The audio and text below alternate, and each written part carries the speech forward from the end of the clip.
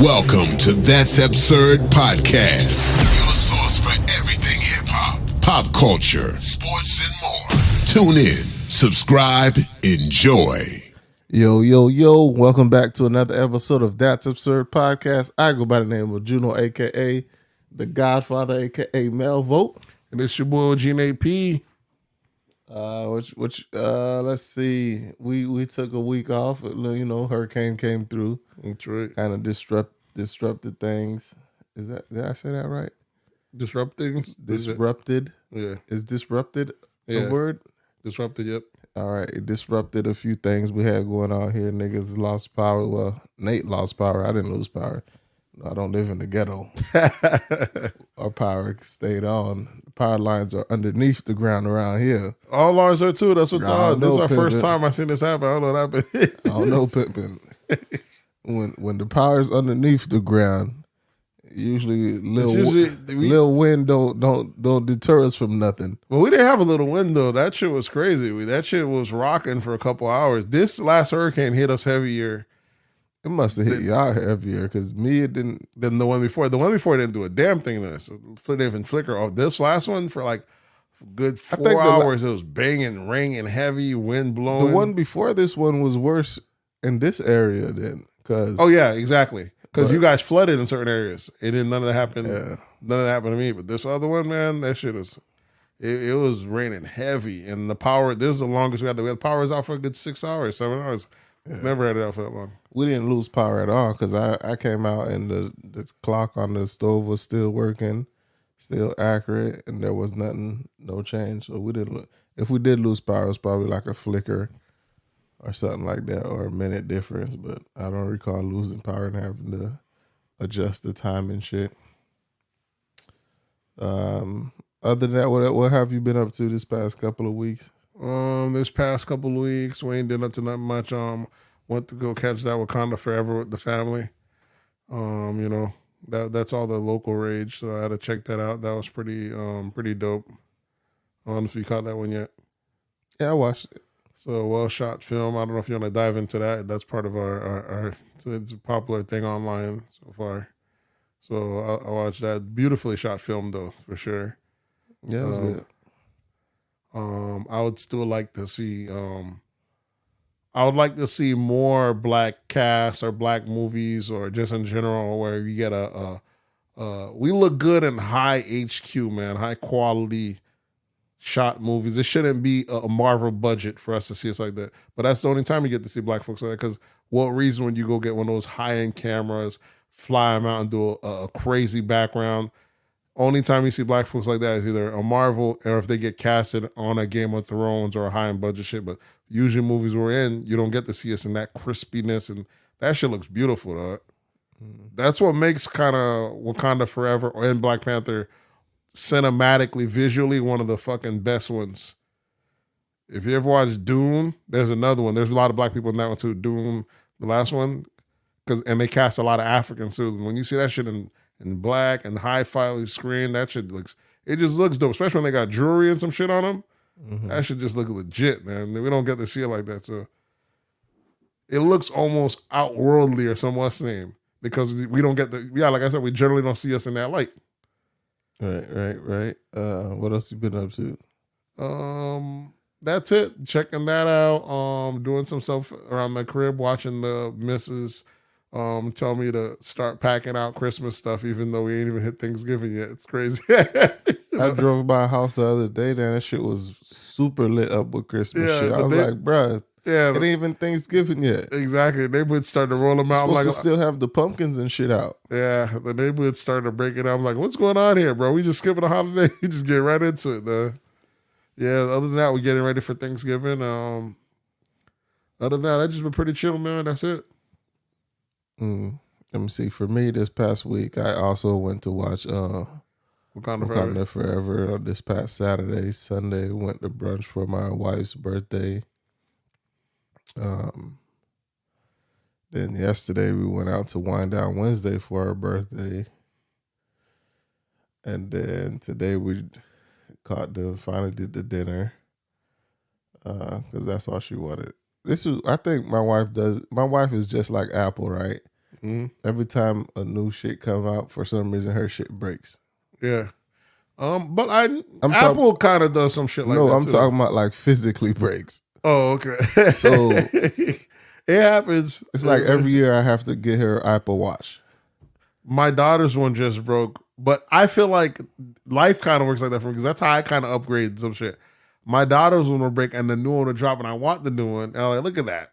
I could give her my old one and cop the new one. I guess, but me, because they have the Apple Watch Pro, that big one. I want that one. You want the Ultra? The Ultra, yeah. Like my Apple Watch, I ain't never break my Apple Watch, bro. My wife is like on Apple Watch number 4. Yeah. All broken. I'm like, bro, this shit is mad durable. I'm the one changing oil, all this type of shit with an Apple Watch on. My shit never breaks. Out of all the technology you have, like, you know, some people that change their phone up every year, maybe that's not necessary. The watch is really unnecessary, but it's probably the one you get a lot of use of, because especially if you're trying to weight loss and all that. If you don't have that watch, some days you feel unmotivated. When you got that watch on, you have to complete them rings. The watch is... the watch, it works. It helps. The watch is definitely necessary because it cuts down on your actual screen time. That's another... Because you don't need to... Yep. If you're doing something, you don't need to look at your phone. You could just look at your watch. It's definitely a utilized utility that's for the better. Yep. Ultimately, I want to go back and refocus a lot of this stuff as far as like between the watch and the phone. It's a lot of the stuff are just repetitive technology. The watch and the phone essentially have like 90% of the same stuff. Redundancy, and then you'll have a laptop doing the same thing all over it, and now your car is almost doing the same thing. So there's a lot of redundant, repetitive stuff all over. Yeah, man. And then we still not even using it to the fullest extent. Like, I'm still thinking, I got a couple of friends that done left like Verizon and shit now. They're going over the Mint and Cricket Mobile. I'm like, I can't do it. But then I'm thinking about it. We're paying crazy amounts for cell phones right now. Well, and my line is still $30 a month. It's just okay. So we got a lot. I pay like $300 or so, and there's like 6 people on the line. Yeah, we done cut phones. We done cut down the bill to. At one point, it was like $140 something because we had two. What's them shits called? Two watches or the payments for the phones. The payments for the phones. Yeah. And once we finished that payment, I was like, you know what? Fuck that. We just gonna buy this phone outright. Okay, but that's another thing though, because buying it outright doesn't save you any money because they're not charging you interest when you finance it. It doesn't, but it gives you a less bill that you have to pay every month. This is true. But it still just takes the cash out of your hand. That's like a $90 savings a month because it's like $45 a month. That's true. But when you finance it, they usually give you a deal. Like, no, they don't. Usually they'll do like $500 off on a 24-month contract versus but if you buy that right. If you have that phone, you're gonna get $500 worth of credit, and you're not paying full price anyway if you trade the phone in. Oh yeah. If you're talking about trading, but even with the trade-in, you'll get the credit and both. So there's usually a benefit to doing it that way. It's just if you want to kill your. Either way, if you look at it, the phones we're already paying for more. It's the fact that we're paying the $45, $50 for the internet and talk.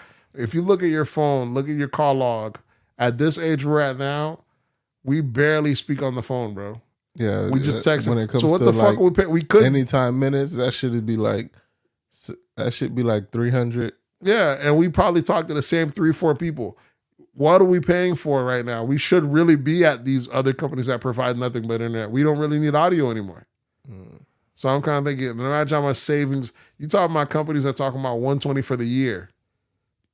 Like phone bill? Phone bill. I like that's just fucking crazy. That's not accurate. Like unlimited? Unlimited internet and data? Yeah. And I don't know how much they have the internet, but we barely use if there's a cap on the data, I can't do No, it. there's no cap on the data. That's the thing. And I'm using like 20, almost like 60 gigs of data a month. Yeah, they don't do the cap on the phone alone. Do you? And then what's crazy? I don't even have the fucking hotspot on mine. I haven't had it for years. I think mine's come with hotspot, but we don't. We barely use it. And that's another. So now the cars I have it, like the GMC has their own internet. Like if they try to make you, these car companies make you pay subscription now for internet and shit. Nigga, BMW makes you pay a subscription for the heated seats. Yeah, that's the future of cars, though. I can see that. They charging you for everything. But there's going to be a class action lawsuit on that, though. Maybe for the heated seats, but for the heated seats, but other stuff. The other stuff, they're gonna get you. Tesla's already doing it. You pay $10 for the internet on Tesla. Yeah. These car companies are getting smart. They're gonna start charging you for every little extra premium stuff. But the internet, you want internet, you gotta pay for internet. It's crazy that we're paying for it in our car, and our phone already has it. It's nuts. It's a repetitive bill. You could jump over it by just using your phone as a hotspot. Yeah, so now you got to turn that on. That's what I'm saying. So nowadays, really, you got to look at what's redundancy that we're overpaying. In life, they give us everything as what they call it, a la carte. A la carte, yeah. And we're paying more, or if not the same as back in the days. People think streaming is cheaper. Oh, it's only a lot more. Streaming is cheaper is if you have like one of these pirate one type shit. That is true. Yeah, I'm paying $25 and I get everything. Yeah, including fights, all that shit. I get everything. Then it's cheaper. But if you're the person that says I'm gonna get Disney Plus, I'm gonna get and that's Netflix, what I got. I got this I'm gonna and get Hulu. I'm gonna get. Nigga, you paying twice the much you pay for shit. Or you're at a bundle all over again, dog. And you have to. I try to do a network. Like I got my own Disney Plus, and then I have a Netflix, and then someone else in the family has like a Hulu because they got Sprint, and my thing gives me HBO Max, so we'll swap out. You try to create yourself a nice little network, but even it'll probably be easier to get the pirated 25 and save so much more because we are paying a lot of frivolous. As we're getting into this recession, people are going to start. The easiest way you can do out of recession, folks, is you got to start budgeting, dog. Getting away of useless spending. Recession or not, like I said, the easiest way you can give yourself a raise is by cutting off unnecessary spending. That's because every time I think we need to cut this Netflix for some reason, we never cut it off, even though we barely use it because we have the 25. But then I'm like, it's only 14 West name. But that's how some of these things play out. There is the bill's so cheap you don't mind it, but why give it? You know what I'm saying? The same way that multi-billion-dollar company could get it from you. Be like, you need it more than they do, though. Like, go to cut them off. Planet Fitness get you. You say, I have Planet Fitness paying $12 a month. You might not, especially gyms. They're so priced so perfectly cheap. You don't even go in, and it's the so only cheap time you really remember about it. The beginning of the year is when they hit you with that annual fee. Oh yeah, when they that $70 or $80 annual fee. And you're like, what the fuck is this? I don't even go to the gym. Yeah, that make you want to cancel it. And then they talk, you're funny, exactly. That's that fuck shit, bro. So the gym's another one. What am I paying for? I got the car wash for the vehicles. I'm definitely gonna cut back one because I want to get me a massage membership, and that'd be some shit I'd rather use.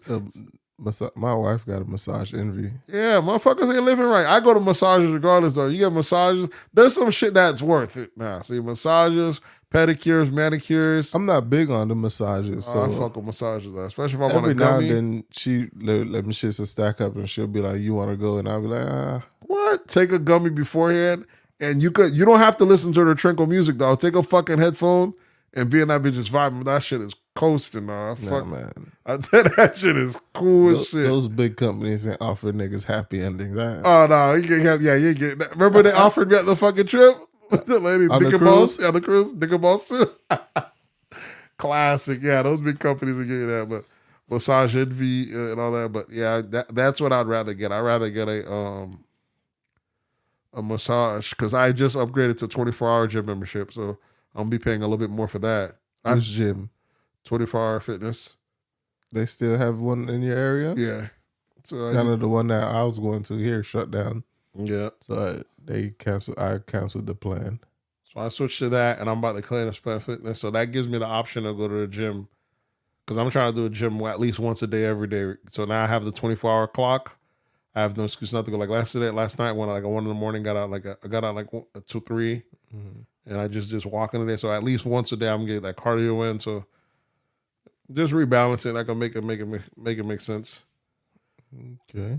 I got the membership, like you said, up here for the plumbing and shit for the crib. What is it? The HVAC. Those companies that do it all in one. Which company you went with?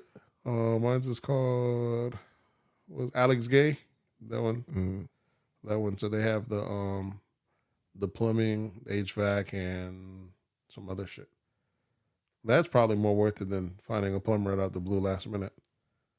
Yeah, it gives you what's name versus finding one separately every time. And yeah, just until you get unless you have your handyman or an actual plumber, you gotta finding one every time. You get your head bust, especially if you do it outside the membership.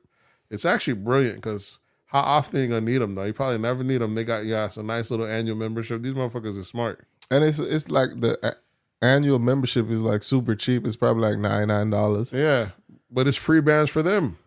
Yeah, because most likely you're not gonna use it, or if you do use it, it's not often. Mm-hmm. But they still charge you when you use it. It's just a cheaper fee. It's way cheaper, and then they're already smart because when the guy gets there, he's gonna try to upsell you if you do bring him. But if you don't use it to make your free money, and if when you do come, the guy will try to upsell you. But if you don't need an upsell, but they already know they're gonna get the customers they get the upsell on as well. So the shit is crazy. But, they got you at the house. That's when you got a house, man. There's all sorts of. That's what the subscription world comes from, though. And you get a home ownership is lawn care, pool care. Your HOA don't cut your grass? No, not anymore. Not when we switch to the house. They don't do it. So then we got the pool folks. We got the it depends. You could all these stuff you could do it yourself, save money. So the pool, I'm gonna once we redo the yard, I'll probably switch over to doing the grass. The pool, they say you can learn to balance it. I'd rather not. Yeah, I'd rather not. Because that bitch gonna turn green on you. Yeah, exactly. What the fuck to do? Yeah, and I got a pool thing right next to me. They in and out. They come every Wednesday. They chop the thing, balance it out, skim the pool, and I'm out of there. And I'm just gonna buy me a robotic pool cleaner. I'm golden. Between technology and all that shit, be smooth though. Between the Roombas and all that stuff, cut back on maintenance. All you do is just stay on top of it. You be golden. I need a damn. If the Tesla robot could clean their house, I'm definitely buying one. The actual robot, the one they're making? Yeah, the actual like human sized robot. If that shit would literally clean, do laundry, fold clothes and shit, bro, I'll definitely invest in that shit. Oh, I used one of those maid services again this past week. My second time ever using one. Yeah, we haven't called the cleaners in a minute, but we need to. That's a subscription that's worth it. That's another one that's worth it. What is this shit we're in though? It makes us think we didn't grow up on no shit like that. Why are we fucking in the era of using cleaners though? What does that say about us? Different lifestyle, more money. That's what they're getting. When we used to be younger, we were like, "These people are fucking wasting money." But we're right in the position where we're doing the same goddamn thing. We used to look at them like thought it was. We thought it was wasting. Now we're like, but we realized like this niggas. It's about time. Yeah, but like it's this about shit is a time. necessity. Yeah, and what's name, bro? So nobody wants to. I'd rather be imagine working and then you have to come home and clean the bathroom on the weekend or after. Like that shit sucks. Yeah. Versus I work from home. I could just be in the house while they clean the entire house. Exactly. And when I'm done working, nigga, I'm done with everything. Everything is done. Yep. So it's worth the extra $250, whatever you pay them if you tip them or whatnot. So it's definitely maid service is definitely something people should invest in if they have the opportunity to. Yeah, I guess that's two ways of thinking because I know folks that got it and they're like, nah, man, all that stuff. You see people that when they get money, a lot of time when you get money, your expenses also grow because to your lifestyle. But people say, man, don't ever think of that. That's why you got to just be frugal. Don't change the thing. But then what's the point of the money for it? Because the money is to free me up from time. So it's free me up from work or make experiences. I have to do more work, whether it's working from home or at work. It's the same thing. If I could get offset the thing at home, you know what I'm saying? That gives me more time to enjoy myself, be with family, as opposed to cleaning this and cleaning that. To me, it seemed like a benefit. It's definitely a benefit, bro. As I never thought I would be getting cleaners. Yeah, now it is funny. Fuck that. I know our parents are looking at us shaking their head. I'm really saying it because my kids are at the age where we used to be the ones that had to clean the bathroom. So my oldest is 16. I asked them to clean the bathroom. This shit's such a sorry job. Like, I'll have to go back there after them. I'm like, man, that's some bullshit. I'd rather just get the cleaners And this guy just do it afterwards. When it's your kids, you can't be mad Yeah. if it's a shitty job because Yeah. you ain't paid for it. Yeah, but yeah, they not built like that. Are you fucking sorry? You know what I mean? But if it's the cleaners and they leave a shitty job, Exactly. you can be like, what the fuck are you doing? You need to redo this. But yeah, that's true. Now let's get into these absurdities that we kind of just went on sideways tangent on just everyday, boring American life living, right? hey, man. You want to get around into? We're speaking local. You want to do local? Do politics and keep it small out before going into hip hop or anything? What you're trying to do? Yeah, we should politics because that's probably short this week. There's only 2? one big announcement. Yeah, big week this week, or we'll do that one reverse. Okay, so first we'll do the election results, and we'll do that one first. So they just had the midterms elections. Oh, we have question of the week. Should we do that first or last? What do you want? We'll do last. It don't matter. Yeah, we'll do it later. So we had the midterms, and it looked like the Republicans got the House. Democrats But the Democrats kept the Senate. Democrats kept the Senate, so ain't shit about the change. And that big red wave didn't happen, but people try to say it's both things kind of happened. To me, we thought there was going to be people was hoping there'd be a big red wave, and didn't happen as much as people thought because also remember Republicans played their hand with that abortion shit. But for them to tackle such a big issue, Roe versus Wade, the turnout was not as crazy as the Democrats. For such a big issue to be on the ballot, that's not a crazy turnout. Yeah, it wasn't. I thought it was going to be a lot more. Yeah, I thought it was going to be a blue wave fighting against this whole abortion red shit. wave. But And it's not. It kept the red from going mayhem at bay. It kept the red wave from coming real crazy. Like it came, but it's not enough. There's really showing. Yeah, there's not enough feminine support when this shit comes to presidential time. That's going to help the women. The Republicans ended up picking up more seats than they expected, or they were expecting even more. They were expecting the Democrats to get washed, and Democrats didn't get bruised that much. The Republicans did pick a couple more, but overall they didn't wash them out as they did. I think they're trying to get both sides. Yeah, I thought they were gonna get both sides. Yeah, because there was a lot of races that were super close, and I was like, excuse me, I thought they was gonna make a clean sweep, but shit didn't work out like that. And of course, they blamed your boy for it. Oh, Trump. Yeah, a lot of Republicans said it was. Yeah, what happened is a lot of Trump Trump nominations went both ways. Half some people he picked didn't win, the other half he picked all won. So it's still one of those things. You know what I'm saying? So it's kind of crazy. It's showing like the Republican Party's kind of got a fracture. But if you talk about locally, this was my first election. Your boy had to hit that R on him. First election I had to hit. Make sure my boy Big DeSantis got elected.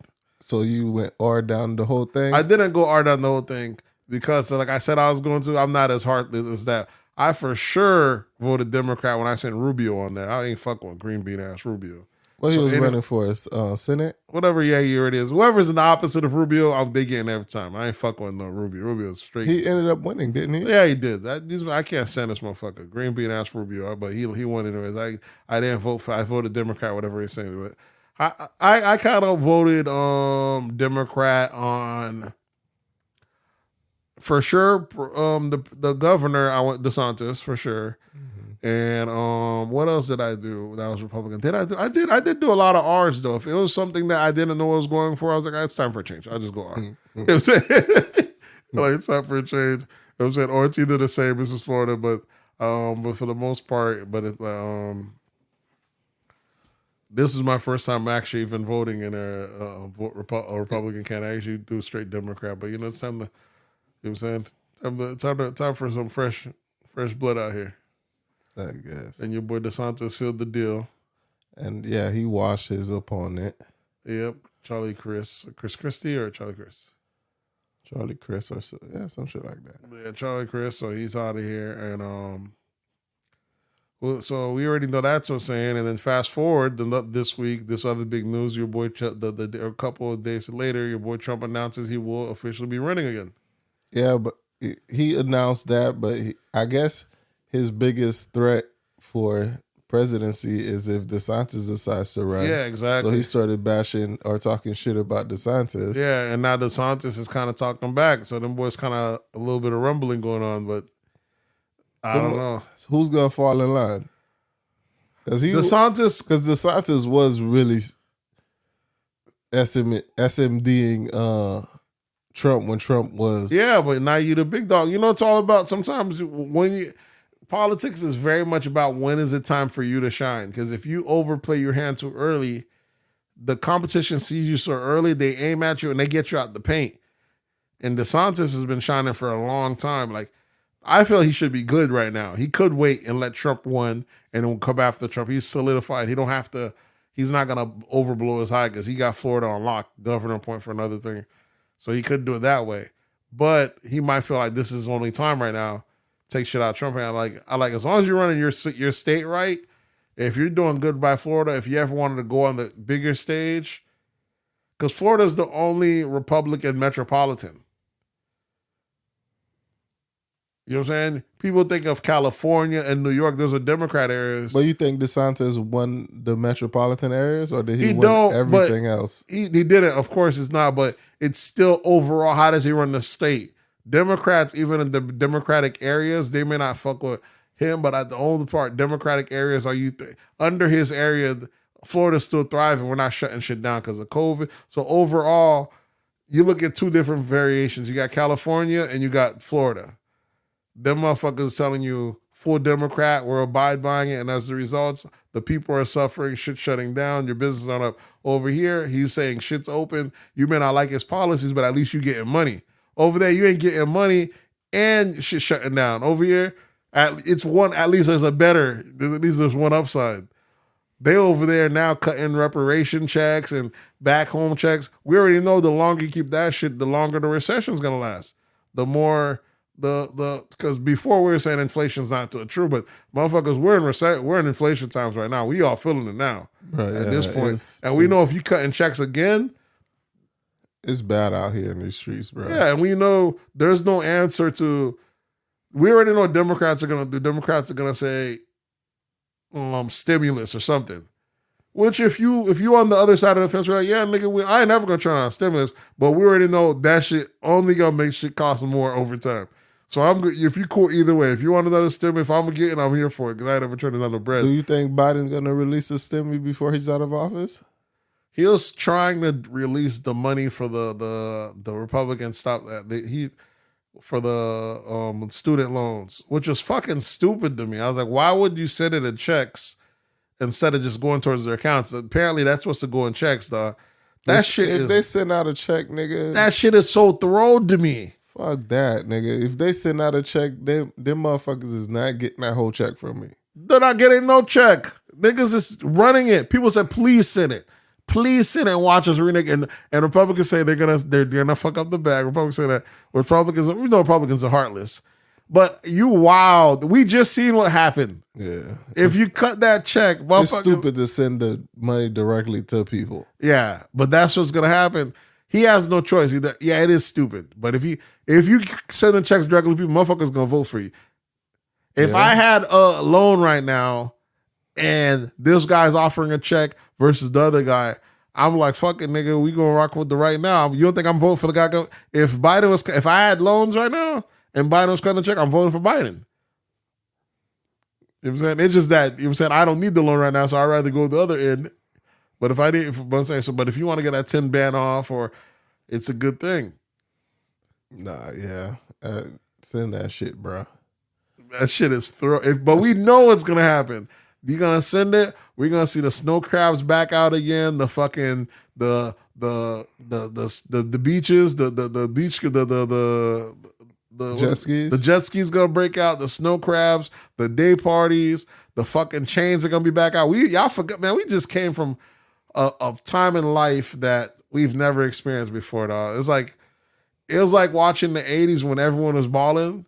Mm-hmm. But we are at the age of where we could actually appreciate it. You know, everyone was balling in the 80s. Them niggas were 18 and 21. They didn't know money. Mm-hmm. Now we are 30, 35 years old. Grown folks finally probably had loans. Motherfuckers probably should have paid their loans back then. But niggas, the whole country was balling. Everybody was outside. shit was lit. Yeah, that's gonna be a bad idea. And you cut I that didn't know the check. check was coming directly to people. That's that what was the plan. Yeah, man, I that shit thought it is was so gonna be crazy. like, it's gonna be just erased from your shit. And people said you see people say, man, I knew this shit was capped because the application was too easy. Yeah, that application was too easy. I think you just filled out like 5 lines or some shit like that. But you know how it is. They say whenever you put too much things, then the money don't really come out and people complain, so they want to streamline it. But this is what happened with the COVID thing. When you make it the easier so you get more people, the shit gets attacked by more. Next thing you complaining 40, 50% if it went to fraud. They don't want that again. But you cut that check directly to people. That majority, at least we know it's going to be stimulus. And the thing is right now, the economy right now isn't being stimulated because it's not being stimulated because people ain't got money. The economy is not being stimulated because shit costs too much. You give people checks, they going to spend it. And shit's going to cost some more, even more again. Bro, that shit, like, fucking gallon of milk is up to like $6. $6-7, yep. Fucking carton of eggs is $5, 12 count, bro.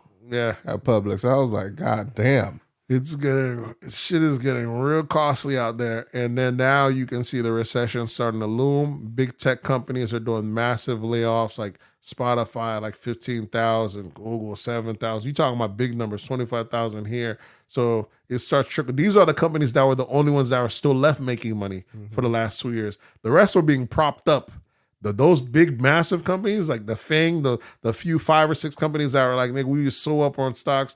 We're treating now that their value's finally down. Now they're finally doing layoffs.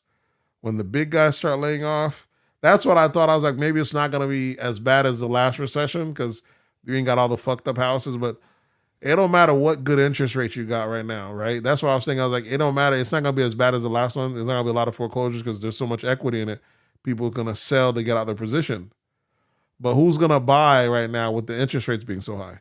Yeah, ain't nobody. Well, you're going to have people with money buy. People with money going to buy, but I'll keep the high price. People still want a better interest rate. That's one. And it don't matter what good the interest rate is if you don't have a job. You can't get qualified. You can't get qualified. And like they already showed you, majority of Americans ain't got 6 months worth of savings, this, that, and the third. So when these jobs start doing layoffs, these houses are going to start falling down. And people either not going to qualify. The rental, I don't see the rental community prices dropping down. You're going to get even more renters, making the rental prices even go up even more.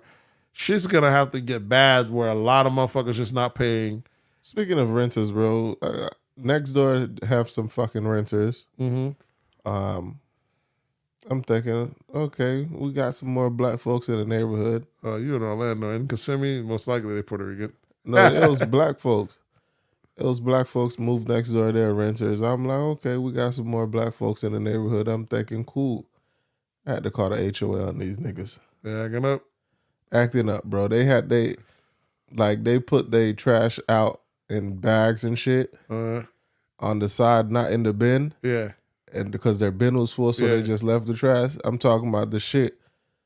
Of course, raccoons getting touched. Now the shit is all spread all over the place.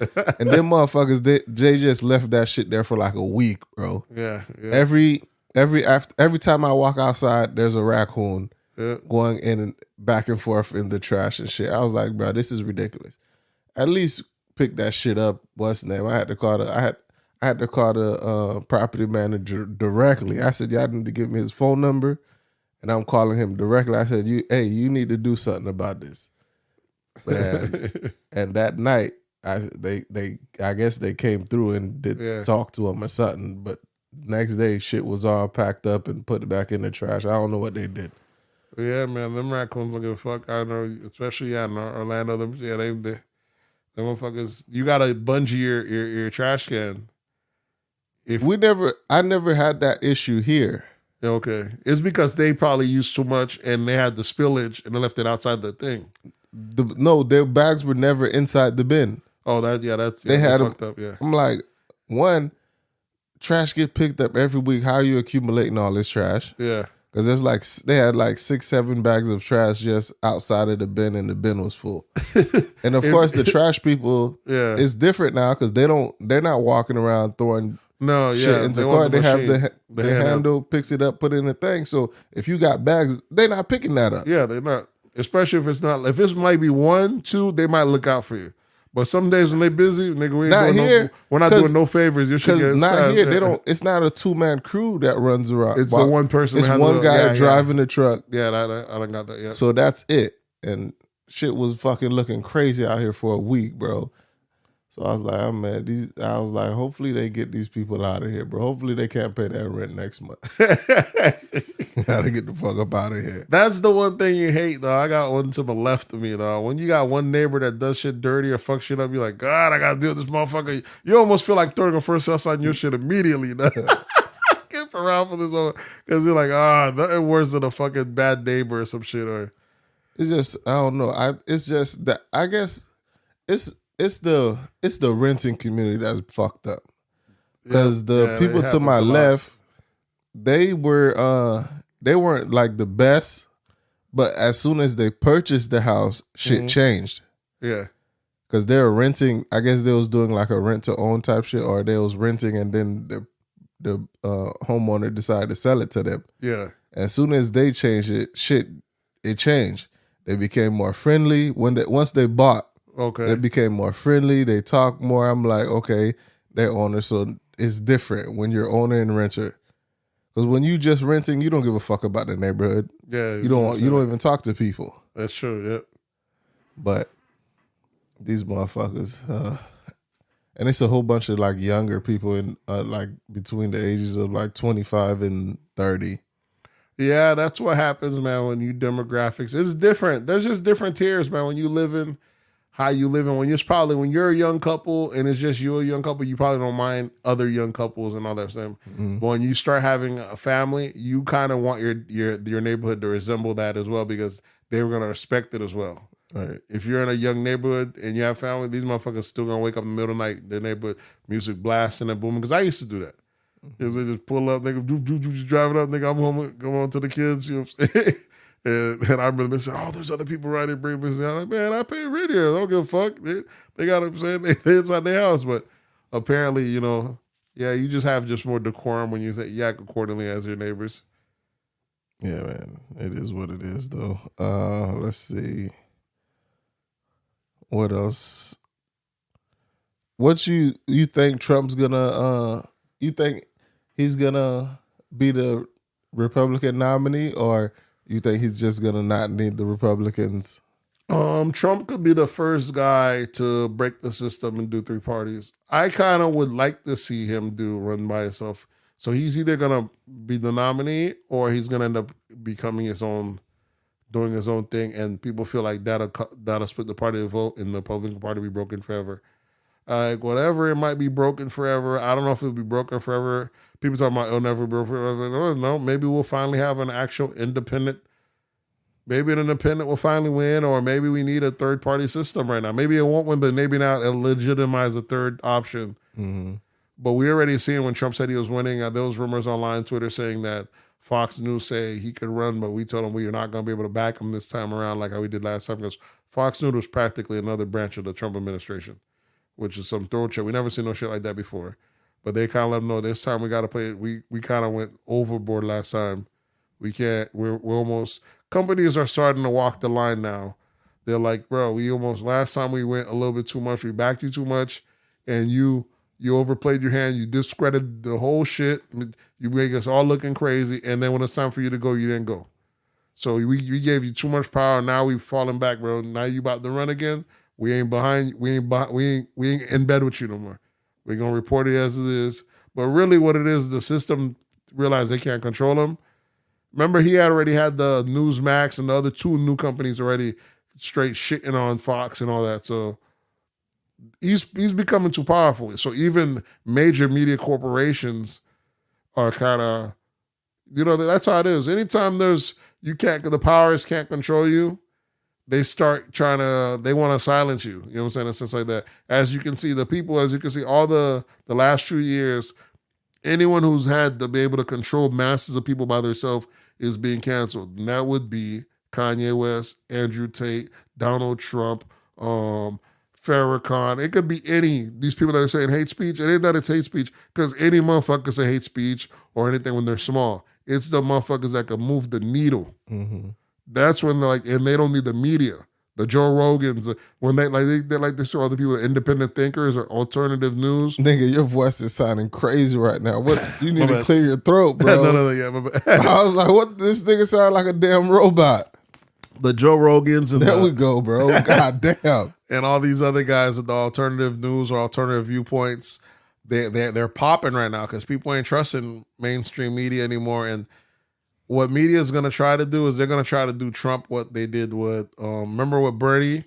They just stopped. Bernie was cooking, and they just stopped fucking reporting on him until his numbers didn't pull, and they kind of just started backing Kamala and shit like that. With Democrats, every year they would kind of back one person. I mean, every week through month they would back one candidate, tell us all about him. They would be the hot pick from Beto O'Rourke. Remember, think of all the Democrats, and even though all the people wanted Bernie, they showed us all these other candidates just so it can kind of take the heat away from Bernie, though.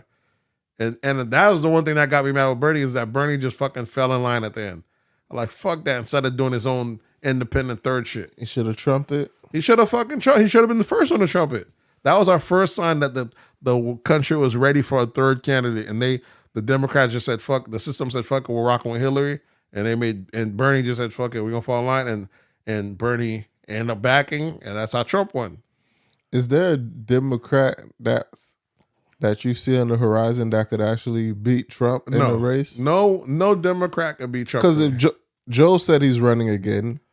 Joe's out of here. If Joe's running again, just on principle, I'm voting for anyone that's against Joe. So that I don't have to. I could vote Democrat again, but it's definitely not going to be Joe though. Come on, this dude's too damn old. Who else? But I don't know any replace candidate. him. I wouldn't mind Pete Buttigieg. I wouldn't mind even Beto O'Rourke. There's a couple of Democrats that were saying, but the ones that are very progressive, I can't fuck with the very. Like I used to fuck with AOC. I can't fuck with that. Though they said the system needs new blood, but that the very liberal. Very, very liberal ones. The they too very. These younger. I used to love them, but they too throwed because they on some bullshit.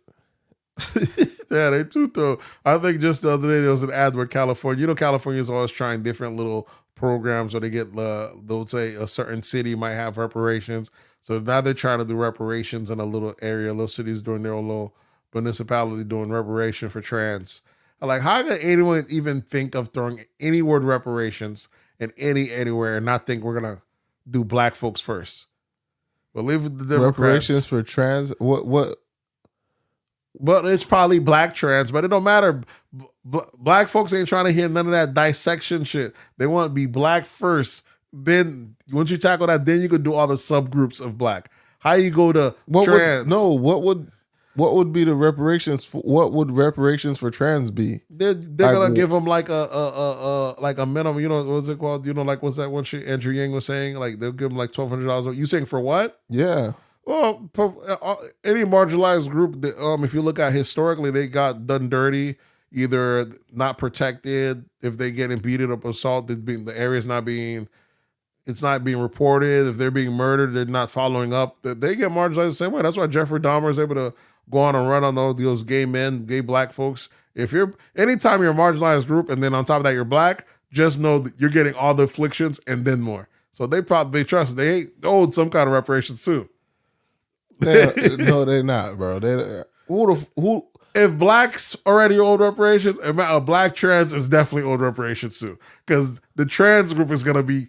Like I said, there's shit that they're paying for, there's services that the system is either discriminate against them, this, and that. We're just now seeing them fighting for some of the rights as far as demonstration that they were being deemed for. Like, you know what I'm saying? They couldn't get housing, apartment complex not picking them up, all sorts of shit. But nonetheless, it's not as big as a plight or their shit they could hide. They don't have to be, no one has to know you're trans. Yeah, no, exactly. Unless you're the guy that was at Chick-fil-A.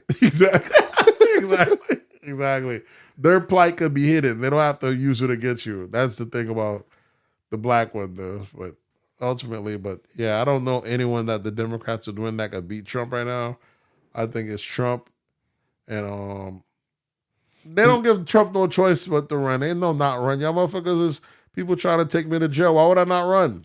Yeah, y'all gonna have to hold this off for another 4 years. Yeah, nigga, I'm gonna keep running because y'all gonna hold this off till I die. This is my plan. I don't plan on going to jail. That's my plan. That's the perfect thing. Like, so if you decide you're running for president, do they have to stop pursuing? They stop it. They freeze. It freezes. They don't have to stop. They can pursue it, but they won't. Any even lawsuit, it freezes. You don't have the statute of limitation. Just by running for president? I think once you either running or once you become it. So it's like even the statute of limit, all your stuff, it doesn't expire. It's like it gets frozen.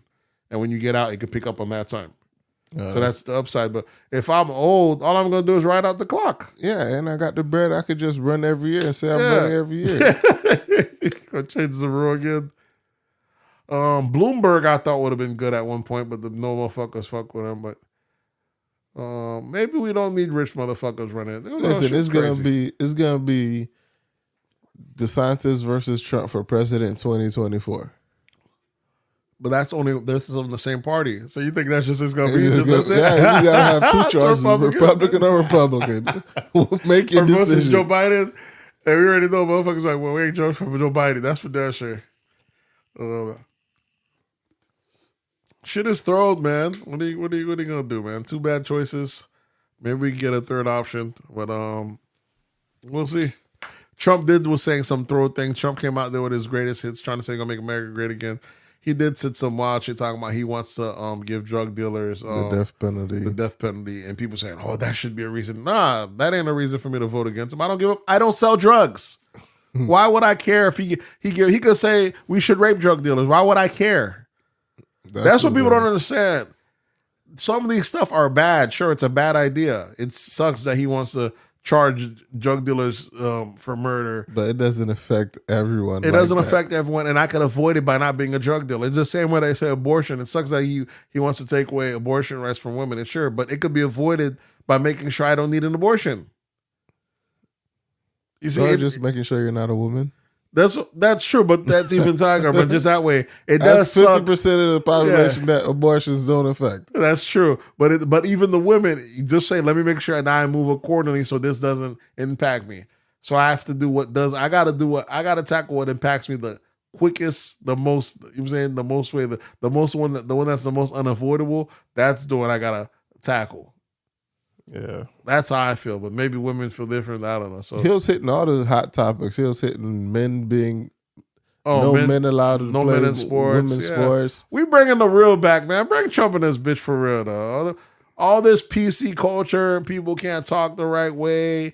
This overly, I'm here for it. We need to clean this shit up. Like we said, we need about a good 8 years of Republican to flush this shit out. Get shit back a little bit. We need to make America great again. We need to make America great again. Just for a little bit. And when we get our bearings right, then we can go back to caring about the people. But y'all been getting a little too soft out here. You know what I'm saying? We need to get back to get it off the muscle. You remember DeSantis, the guy that when he had little kids ride him with the mask, he telling the kids right at the interview, what are you doing, bro? Like, yeah, what are you doing, bro? You don't need that mask on, bro. Like that. You out here grandstanding. Get it off the fucking stage. Yeah, so it's one of those things. Speaking of election results, your girl got washed. Who? Stacey Abrams. Stacey Abrams, exactly. She lost by 20 points? Listen, man. What she's pitching, the people ain't buying. And still, of course, they blame the black men. Yeah. Come to find out, black women wasn't voting for us either. So what are you gonna do? Yeah, and fucking your boy Herschel Walker, which if you're a seasoned politician and you having to do a runoff with Herschel Walker, you might as well just give up and be like, you know what, fuck this country, fuck this state. Because y'all motherfuckers is picking a half-retarded nigga. But the Herschel Walker, this nigga's half retarded, and this nigga actually going to run off and still going to a point where he's running off. And that shit is crazy. That's what I'm saying, bro. If there have to be a runoff and I'm running against this guy, I'm gonna say, you know what? I'm got it. Y'all got it. I don't even want to govern you people. If this is what y'all got me going, I do. Y'all deserve what y'all get. Yeah, this guy Herschel can't even speak. I'm like, what is going on here? I seen a guy, today saying, people saying Herschel Walker is dumb just because the way he has like a southern draw. It's what is it? He's like, that's very rude. There's also I know plenty of black folks down here that have that same dialect. Don't just because a person talk doesn't mean that they're dumb. And you see other black people like, what? I like exactly. I had a comment like, this nigga disrespectful, bro. Black people like, we do not talk like a Herschel talk, though. The fuck is Herschel. How come Herschel's kids don't sound like Herschel? Exactly. You talk about Southern Dry. Yeah, shit is thrown, man. There's just not a connect between his brain and there's some type of disconnect. It's not no damn Southern draw. Yeah, but every year Republicans throw a motherfucking black guy that is the most wildest and most thrown one. Like, y'all don't find better black guys? Like, they've done it before. They caught your boy. Remember when we had the doctors, the super slow one? That talk slow? You talking about Ben Carson? Ben Carson, yeah. They got Ben Carson after we that. had, what's the guy that died? Michael Steele. We had Michael Steele, Ben Carson. We had the 555 nigga, yeah. What is it? What's his last name? Kane? Yeah, Henry Kane. Yeah. He died. Niggas was wild niggas. Wild niggas, though. Like, they'll never pick an average nigga. Yeah, they can't go in and say Steve Harvey or what's his name, or because there's very few conservative black guys that ain't fucking wild. They got that fucking pastor that looks like Lloyd Banks on some throat shit. He been going off all week talking about look at all these traitors coming back to kiss the ring. Look at how we looking at him. He's been pro-Trump the whole time, talking about look at all these people that jumped off the Trump train, not trying to come back. Nah, don't come back. I like, you're black, bro. What is this loyalist shit? We ain't no Trump this. The days of us riding for one set candidate and we gotta issue hop, though. We ain't loyal to nobody no more. You know, we shouldn't. Black folks, we're no longer franchise players, though. No longer a monolith? Yeah, not even a monolith. I'm cool with us being a monolith, but we can't be loyal to one party anymore. We got to no franchise no more. Because Democrats definitely ain't talking no shit about recession, reparations.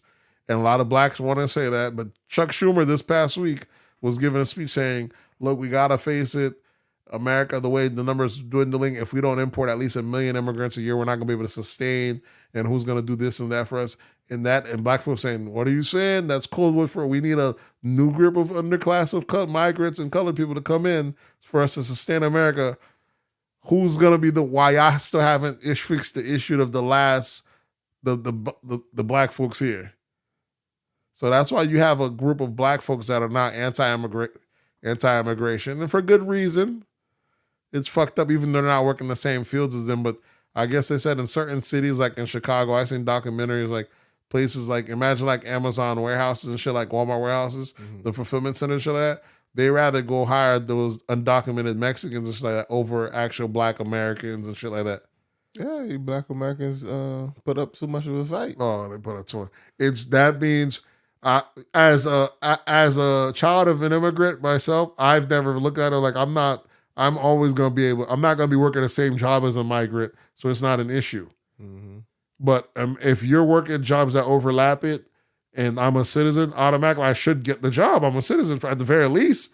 So if you're bringing a system or helping a system that is undermining me, then maybe they are stealing your jobs. White folks been saying they're stealing our jobs for forever. I was like, y'all bullshitting because y'all not working plantation jobs. Y'all not working the jobs that the migrants are working. But there's places that black folks are working the migrant jobs. If you used to go in front of Home Depot and Lowe's back in the days, there used to be nothing but Hispanics. Now there's black folks there, bro. Black folks and Hispanics. Like, this some throw shit. You sure they're not just Afro-Latinas? Right? That shit's thrown. Like, niggas is out here having to beg for jobs because they can't get construction gigs and they're hiring migrants. That's thrown. Yeah. The shit is fucking system. The black folks in this country shouldn't be having to live like that. Mm. They should be And they should have a base at the very least. And that's speaking on this was speaking on a thing that doesn't serve my own people. My folks are immigrants from here. But as you can see, no party is directing. I mean, one party is catering to the new imports of people of color while they ignored the black base. And if Democrats don't give a fuck about the black base, you already know they're not going to give a fuck about this immigrants that come in. You know what I'm saying? They just want you for the numbers to vote and stay loyal. Yeah, they're going to talk sweet to them. And yeah, they're going to tell you to come in, but they're not come in, and that's it. But that's it. That's the only benefit. Come in. I don't think it's going to work again because motherfuckers can see that the Democrats been grandstanding for black folks and ain't been doing shit for them. For black folks, but for black immigrants is different. There's two. When one party doesn't want you in and another party wants to let you in, saying you're trying to escape poverty, you should be allowed to give a job. You're like, fuck it, I love you, no problem. If I'm coming from Haiti or Portland, I love Democrats. If you're gonna let me in, let me work and provide to my country back home, that's the humanitarian thing to do. That's what Democrats say till it's like in their backyard. Of course, but that's everyone. From Martha's Vineyard, same thing. But the Republicans say the same thing. But their country, they don't. When it's in their backyard, they're not really. They're talking that good game, but they're the same when they're hiring the migrants themselves. The whole system knows the migrants are needed. So both sides are fucking over the other one, but one side's making the border more open, more available, more what's name. So one side's fucking over the as they say, they're helping one group. The other side, while the other side at least is saying, nah, no, they're showing. You know what I'm saying?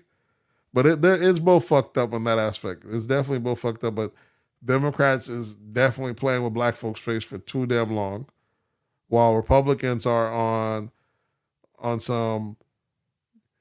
I feel Republicans try to stop black folks from voting via gerrymandering and all that shit, but they only want to stop black folks when black folks are voting against them. If black folks are in favor of them or keeping the establishment, Republicans ain't going out the way to crush black folks. Republicans, if they see you just cooking and minding your business, got a business, Republicans ain't trying to take your shit away. But if they see you out here trying to change some shit, like, you know, hey, we need to make sure him and him could get married and all, then they're like, hold on, we got to stop all this shit. Him and him. Yeah. You know what I'm saying? And so we like to paint it like one side's racist and one's not, but ultimately both sides are racist. We already know that. Yeah. So, you know, that's why I say, we are in a monolith. You got to do what serves for you as a whole, I guess. The shit's wild. All right, what you want to jump into next? Hip hop or pop culture? What do you want to do? Pop culture? What's big on pop culture? I'd said in the beginning that Wakanda Forever. Did you want to cover that? What was your rating on Wakanda Forever? I'll give it a good 6.5, 7 out of 10. It was dope. It was too long. The action was dope, but Wakanda Forever was almost like I don't want to say like a love story or a triumphant story. It definitely felt like this one was more dramatic. Yeah, it's more dramatic. It was longer, and we ain't here for that. It didn't have to be all that. If they could have shot it like that and then broken it out and make it a series, then it would have been better. If you want to give us instead of a 3-hour, it was a 3-hour movie. You could have made a 6-hour movie and turned it 6 episodes, six series, miniseries, as opposed to if you're gonna do all that breaking down and of the artist. I mean the main character feeling one way and then growing through growing pains from between anger to being a hero again, all that shit. But and then there's that, and then we seen all the political onuses. I mean, not all the I don't want to say it's PC or it's all what's current right now. You know, we already know it'd be heavy female centric film. So some people that's what's kind of growing in the background. Some people are giving a conspiracy series, are giving the side eye saying, why is there no male characters in this show? This shit's all female centric. This is all fine and dandy. Why I gotta be a black film? Y'all gotta throw this. Some people say, well, I gotta be a black show. Y'all gotta throw this feminist agenda bullshit on.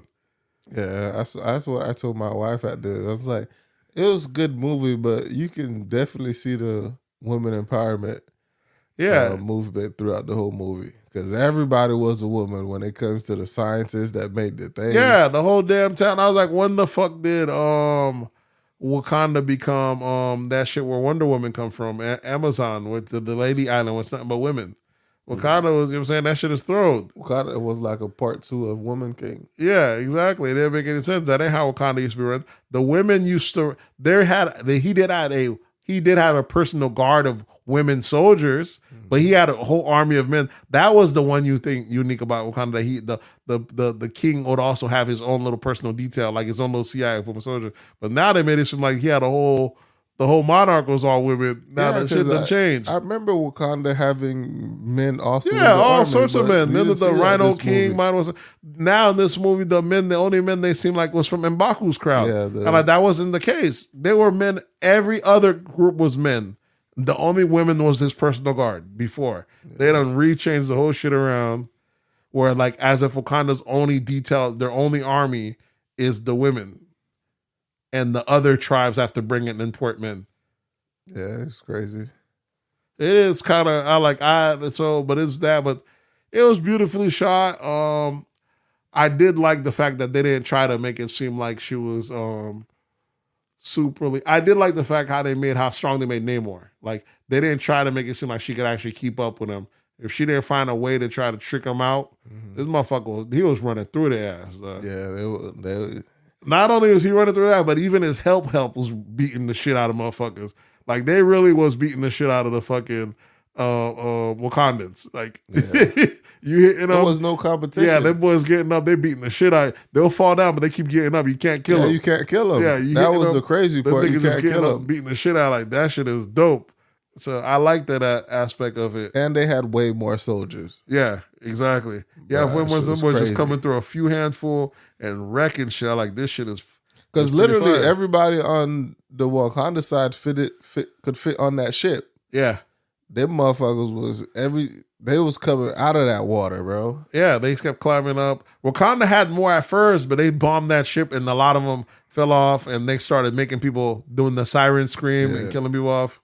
Well, the shit was dope, but that's the only thing, man. And then they introduced like a couple new characters, like those angel ones. Like there was a lot of shit that that was a money grab. Anytime you see they do some shit like that, they'll do like a whole new costume, some shit that's not in the cartoons or in the comic books.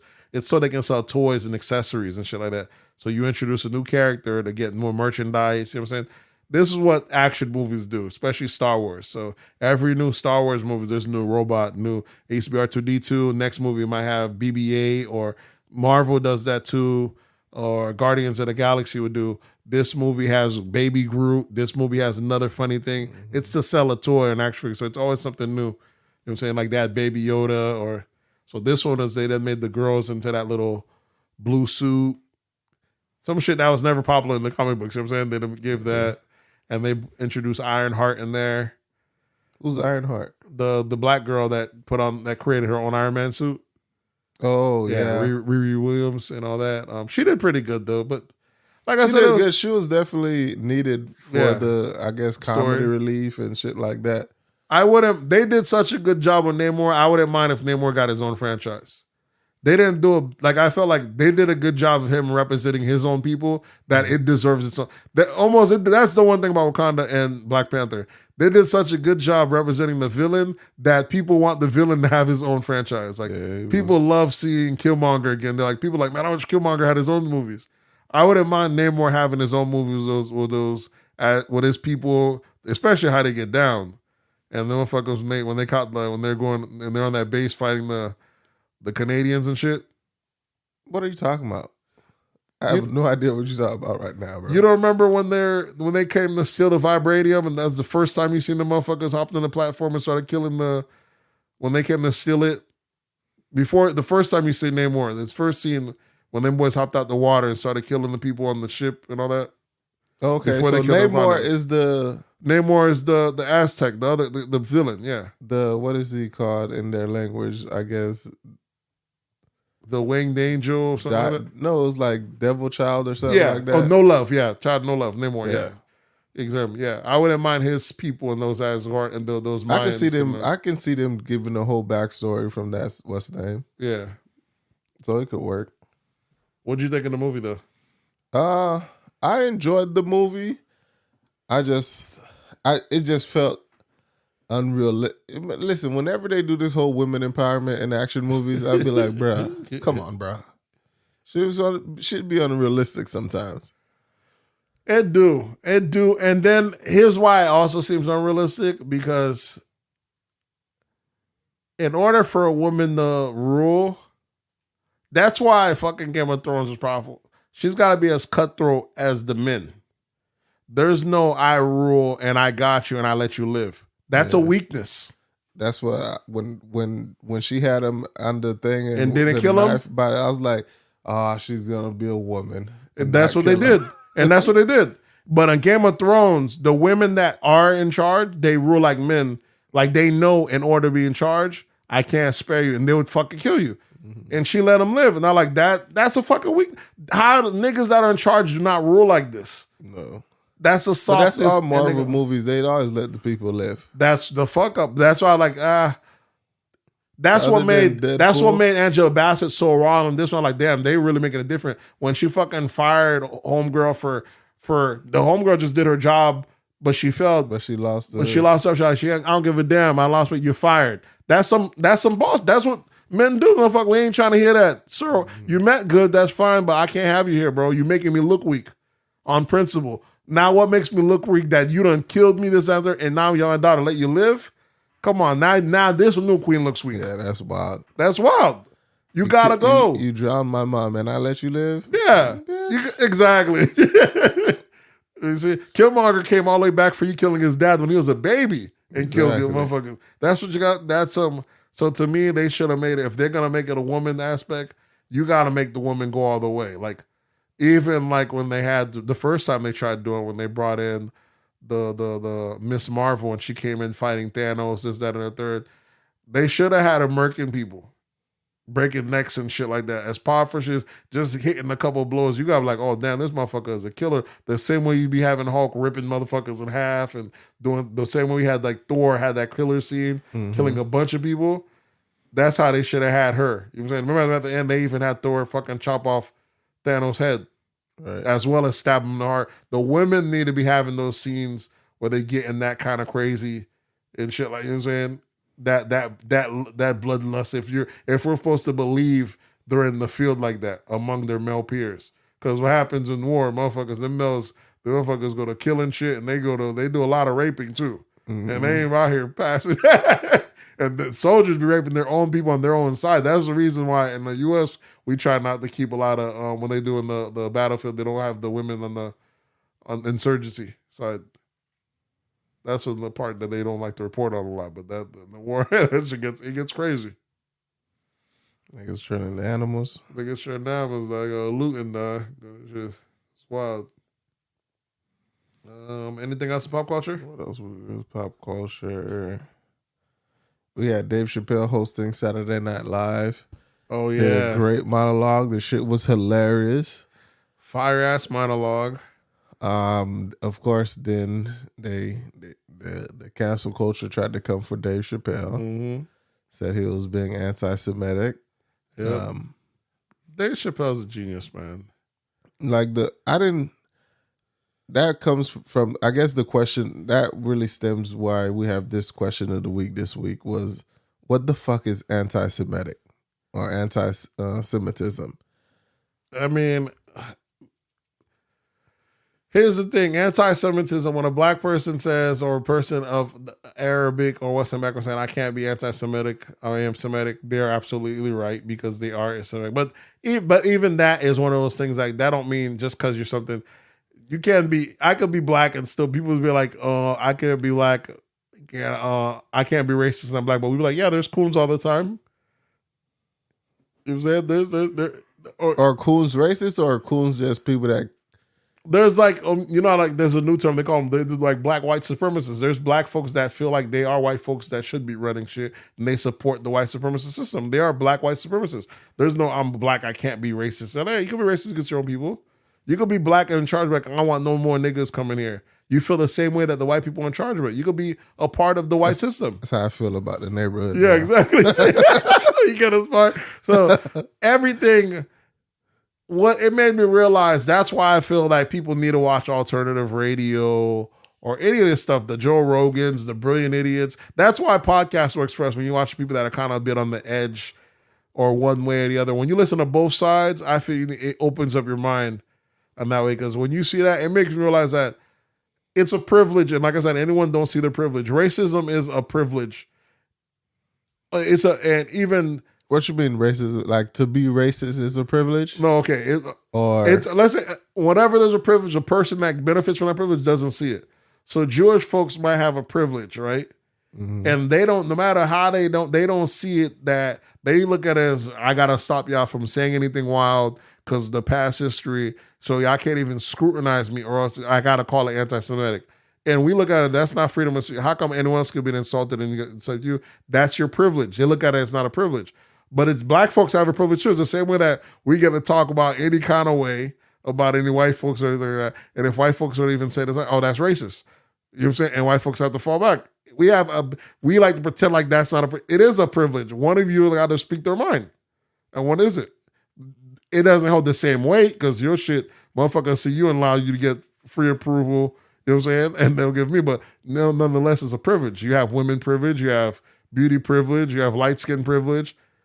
You know what I'm saying? People act like it's not a privilege but like I said, nonetheless, the people that's benefiting from the privilege never see it. Because no matter how David broke it down, that to me was brilliant. When it's black people doing it, it's a gang. When there's a group of black people, it's a gang. When there's a group of Italians, it's a mob. When there's a group of Jewish folks, it's a coincidence. It's a coincidence. Nothing to see here. That's the thing. Like even making like a joke. Yeah. Is anti-Semitic. Exactly. But everything else I said that's about black or white is okay. Yeah. So how is it okay? Just the fact that in America you're allowed to call out every form of racism except one person, one group that's being racist, that's anti-Semitic. You can't ever call that in itself is a privilege. So, like saying Jewish people don't like black people living in the neighborhood, that would be considered anti-Semitic. Yeah. Anytime you group them, it's considered anti-Semitic. But any other group could get grouped. Yeah, you could say white. You could say the white power structure. You could say white supremacists need to stop. You could say white. Well, same. But let you say Jewish folks need to. Anytime you try to group them, it's anti. Yeah, right. It's crazy. Like how every other groups gets grouped. You know what I'm saying? And Jewish ones, you can't even do it for good. You can say, "Oh man, Jewish folks are doing great. I like what they do great with money. Oh, that's anti-Semitic. You're grouping us together. They don't want to be grouped at all. Yeah." And for good or for bad, even if it's by coincidence, like so we're supposed to just act like we're not even noticing, even for good or bad. We're supposed to act like, hey, nothing to see here. Close your eyes. Coincidence, bro. It's just that shit is thrown. But to me, like I said, that's their privilege. Whether some of them do it intentionally or don't know it. Even just saying they have a privilege would be considered anti-Semitic. It would, yeah. That's the thing. But that's what I'm saying. But everyone has privilege. I tell you on this show, if you go online on Twitter. The privileged folks, the protected privilege class would be the black women, the gays, and Jewish. That would be considered problematic, but to those classes. But to everyone else, notice those are the groups that you can't say nothing about. You can talk shit about. But to us people that aren't in those groups, we calling it as that. Mm-hmm. But they would call us that oh, you're problematic, you're a man, you're a black man. But a black man, we're like, how the fuck am I at the bottom of everyone's list? But I'm also the one that's controlling. It don't make any sense to us. You know what I'm saying? But they're looking at it, maybe it's your male privilege. You know what I'm saying? But it's every group has its own. That's how I look at it. And as long as everyone has their own privilege, we're never going to be able to see things eye to eye. That's how I look at it in that sense. I feel like unless you look at both sides, like we think that white folks just don't. It's easier for us to dismiss that white folks that they're just racist. When we don't realize that the system allowed them a privilege, that they don't even see that they're being racist. This is just normal to them. By default, they just think that you're supposed to either cross the street or listen to their authority. They should be able to ask you what you're doing here. They don't question it. That's just their normal to them. Yeah. It's not, that's what I'm saying. It's built in authority. Yeah, it's built in authority. They're not looking at it. We look at racism like it's an evil thing. Don't mean that. What I'm trying to say is not necessarily evil. It don't mean they're not doing it out of maliciousness. That's their privilege in this system. It's just their life. That's their life. It's no different than a guy having the privilege, whatever privilege a guy might have. You know, women say, "Oh, guys don't know. Guys have privilege; they can go out anywhere." Yeah, you can because you're the bigger. We might be able to go out anywhere. This, that, that. That's our privilege. We have the thing. Just like women might have privilege, she could go out on a random Friday with no money in her pockets and know that she could eat and get drinks and come back home. A guy would never think there's no way I could leave the house and come back fed and drunk. Bro. How would you do that? They're like, what kind of magic trick you'll pull off here? Guys know I got to pull a lick. I got to rob somebody. What kind of thievery what kind of magic you'll do here? You plan on stealing if you leave your house with no money on a Friday night. Yeah, and coming back drunk. Crime. Yeah. So women got it. Man, they can leave the house. You can come out, leave, smash. You can get all your benefits, come back home with no loss. Come back with a surplus. Exactly. This shit is crazy. Niggas can't. But that's their. So everybody has their own privilege, but we don't like to pretend. We don't like to acknowledge that because they look at we're here tonight. What about this? What about that stuff? But to me, that's what ultimately we'll never all be able to get along because none of us able to. There's not enough of us that's able to recognize our own privilege. In that sense. But yeah, Dave Chappelle definitely fucking killed it. I thought it was a brilliant monologue. They try to come and try to make it seem like there's people calling it anti-Semitic, but I don't see it. It's not picking up steam. You know what I'm saying? It's not enough people like, y'all overplayed your hand now. Don't come after Dave. I like Dave, man. Dave's the only motherfucker that was bold enough to call out shit, you know, and he's the only one that's bold enough to kind of make the jokes, you know, that other people are afraid to make right now. Because they know if they cancel Dave, like, we already got Kanye, man. If we cancel Dave right now, we going to really look crazy. Can't cancel all these niggas. We can't cancel all these niggas. They're like, goddamn, it's looking real. But this is when the niggas are supposed to start bucking. Dave's supposed to do it. Jay-Z's supposed to hit him. Then another nigga's supposed to hit him. After a while, it's supposed to they're going to have to show their muscle, but like, we can't. Because they're like, we can't. They said Dave is trying to normalize our pain. And like, nah, I'm trying to normalize y'all motherfuckers get these jokes the way everyone else do. That is what we try to do. We're trying to normalize. We're trying to make your stereotype allowed to be able to say stereotype. How come no one else's stereotype? Everyone else's stereotype could be said. Your shit got to be whispered. Yeah. Well, it's one of those things. But that shit was brilliant. What else we got in pop culture? Did you see the transformation of Bad Bunny? Or Bad Baby, what's her name? Bad Baby? No, what'd he do? Oh, yeah, I did. Bad Baby out here looking like a bad bitch, black bad bitch, huh? Black bad bitch, light skin. Light skin bad bitch, red bone. I fucking love it. I already know what she did. I said, black women about to go nuts. And as they should, a lot of women out here blackfishing. And that's the new term, I guess. Yeah, blackfishing. Yeah. I just saw this new term on Twitter the other day. I was like, what the fuck is blackfishing? Yeah, it's white women looking. White women trying to look black. Yep. And but I see someone, you know, on Twitter, people always have different takes. That's why I kind of like some shit about Twitter. Someone said, let's really back down to it. What happened is this look that everyone, as we like to complain, white women is doing it, or we say they look black, that they're copying black women, but why do we assume they're automatically copying black women?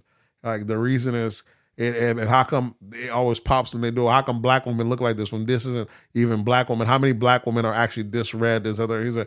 But what it is everyone likes the racially ambiguous look. There's that Kim K, that type of look, this little red slick back, but still thick, full lips.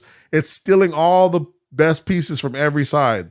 I'm getting the hair from the white woman, getting the full lips from the black woman, getting the sides from the black woman, getting the eye color from the, you know what I'm saying?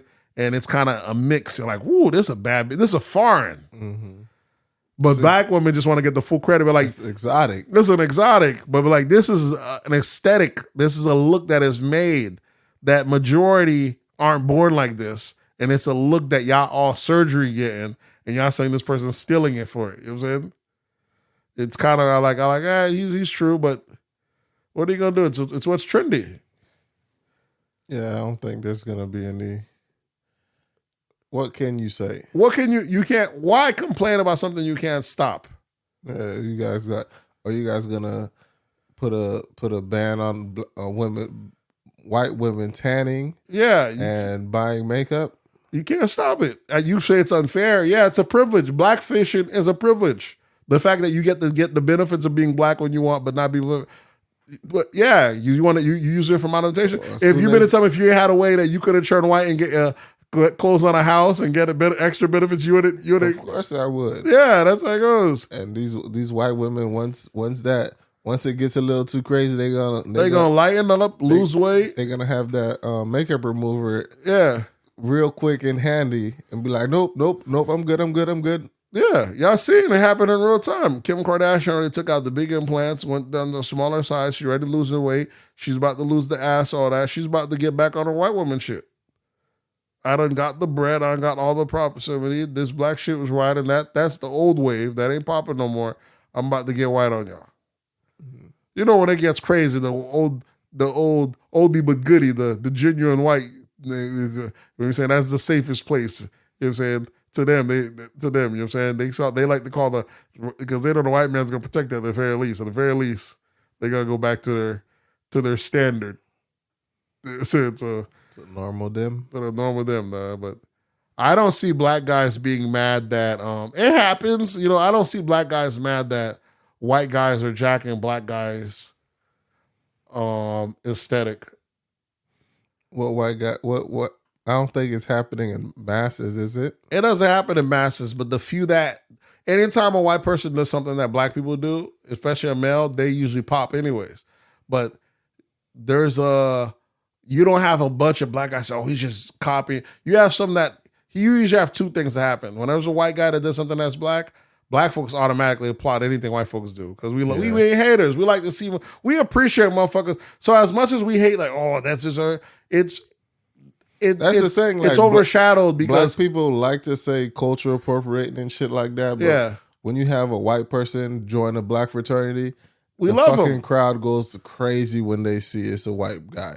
But we like it too. We like motherfuckers appreciating our shit. Yeah, we like to say it afterwards, like saying on somebody, we mad that these motherfuckers ain't giving back or that they copying our shit. But when you know someone next to you and appreciate and likes it, we're like, we fuck with this. We're like, this guy gets it. Because it's so rare. And we're the one that exalts the white person and the ones that isn't next to them. Let's say like a white person might be in your fraternity. You're in a fraternity. I don't know if you had any white people in your line. But that one dude that's on your line, you're like, this motherfucker's a real one. This was a cool one. But the ones that, people that aren't from your fraternity, from the outside looking at it, like, man, that motherfucker's all in these white people's coming in. It's by proximity. You're not close enough to know that he's a real one. You get it? Because the black people that be co-signing for the white folks be solid black folks. Sometimes. But until the white person goes off script, then we're like, we told y'all niggas stop upholding these motherfuckers. But there's always a bad batch that breaks away. But that's what white folks get to do sometimes. Sometimes a white guy gets to come along and say, I'm gonna ride this black side, pop up and I'll switch up on you. It's a fucking brilliant hustle. If I was a white guy and I had no skills, I'd definitely go cop the deuce. But black people do, blow up there and then swap over. Pull that Post Malone. Pull that fucking Post Malone, that Vlad TV. There's plenty of white folks in black areas, and they're doing great. They're doing great. The only thing I get mad about is like, I wish there was a black person also doing it, because it shouldn't. And that's our power. We shouldn't be mad, because if they want to go on brand like a Vlad, if the Jews say shut shit down, Vlad want to go on brand those people, it's someone in our space that's dominating that has that power. I would want also a black person. I'm not saying they shouldn't be a Vlad. I said it should be a Vlad along with a black person that's just as powerful as Vlad in the black space. Yeah. Separate but equal? Separate but equal. Yeah. But in the same space. Because the one white guy's doing an excellent job. Mm-hmm. But for our people, we got to also have one of ours in there doing the same excellent job, the same equivalent. But the thing is, a lot of times, some of these white guys, when they come to black space, some of them they do, and there's not a black equivalent. A black equivalent. Like there is no black equivalent of Vlad. Vlad's fucking killing these media outlets. The only new guy that you have is the academic, and you talking about years of footage that you'd have to catch up on. Is what I'm saying. So there's no equivalent, because everyone else wanted to play okey doke and play hands with the industry. Y'all locked yourself in. There was no independent black space. So in that aspect, even now look at Adam 22. This is another white guy doing a great job giving hood niggas job. A black person should have been doing the same fucking thing. So I can't be mad when someone from the culture, that's because they're of a different skin color, they come up and we're the one that exalts them. That's what happens sometimes. it might be easier to come up and sign a white artist or a Spanish artist or someone from outside or make them do a host a show. It gets more popular than just doing another. And that's what happened. You'll notice you might do a hip hop podcast or a hip hop show. If you're black, there's 1,000 other black ones. You put one white guy and that motherfucker his shit pops. And his shit pop, especially if he knows what he's talking about. Those 1,000 black ones, there's probably all know what they're talking about, but you're 1,000 among 1,000. Now you got one white guy that also knows what he's talking about. These are, oh, this shit is fucking lit. Yeah, that shit is, that's just how crazy it is. But there's never that equivalent. Where's the black guy in country music hosting the country music awards? You know what I'm saying? There's the one-off, but there's not a constant staple of always. There's always a white person in a black space eating right there with us every time, or you know what I'm saying, along the way throughout the years. Be it the Post Malones, or there's all the Eminem. There's always one the G-Eazy's, and they be having great runs. The Eminem's one's almost unfathomable how big he's done it, but. Now we have the whatever happened to Macklemore? He went his independent after he won his Grammy, he went his independent route and shit like that. So he's still popping, doing this little independent thing. But you already know the system elevated him. He ended up beating Kendrick that year, and then talking about Kendrick should have won. To me, I was like, nah, man, you trying to be nice. What was the point of saying that? That's my only Grammy I get when I'm over here saying this guy should have got it. Fuck that. Why be humble? You could have turned it down. Yeah, why didn't you turn it down, nigga? I would have turned it down. Ain't no you should have. Kendrick should have won it. Kendrick should have won it for what, nigga? Fuck that. Y'all gave it to me. I'm taking it. That's why. But then you have the guys that are working good now because when the system switched. That's why now sometimes when white rappers come out, a lot of folks ain't fucking with them because they're like, we're not elevating another white one. You know what I'm saying? That's why it's harder. It's always like a thing to make fun of, like the Jack Harlows and shit like that. Online, there's like a little community that just gets a kick out. We don't listen to Jack Harlow. Yeah, that's a Twitter thing. Yeah, I believe. All right, sticking to pop culture, we do have some terrible news that came out. The group of black friends go to Mexico. One end up dead like 24 hours after they get there. The reports was, she died from alcohol poisoning and food poisoning, something like that. That's what they reported to her family. Come a week, 2 weeks later, video surfaces of the interactions that happened, and the girl got her ass whooped in Mexico. Did you see the video? What you mean? You haven't heard this news?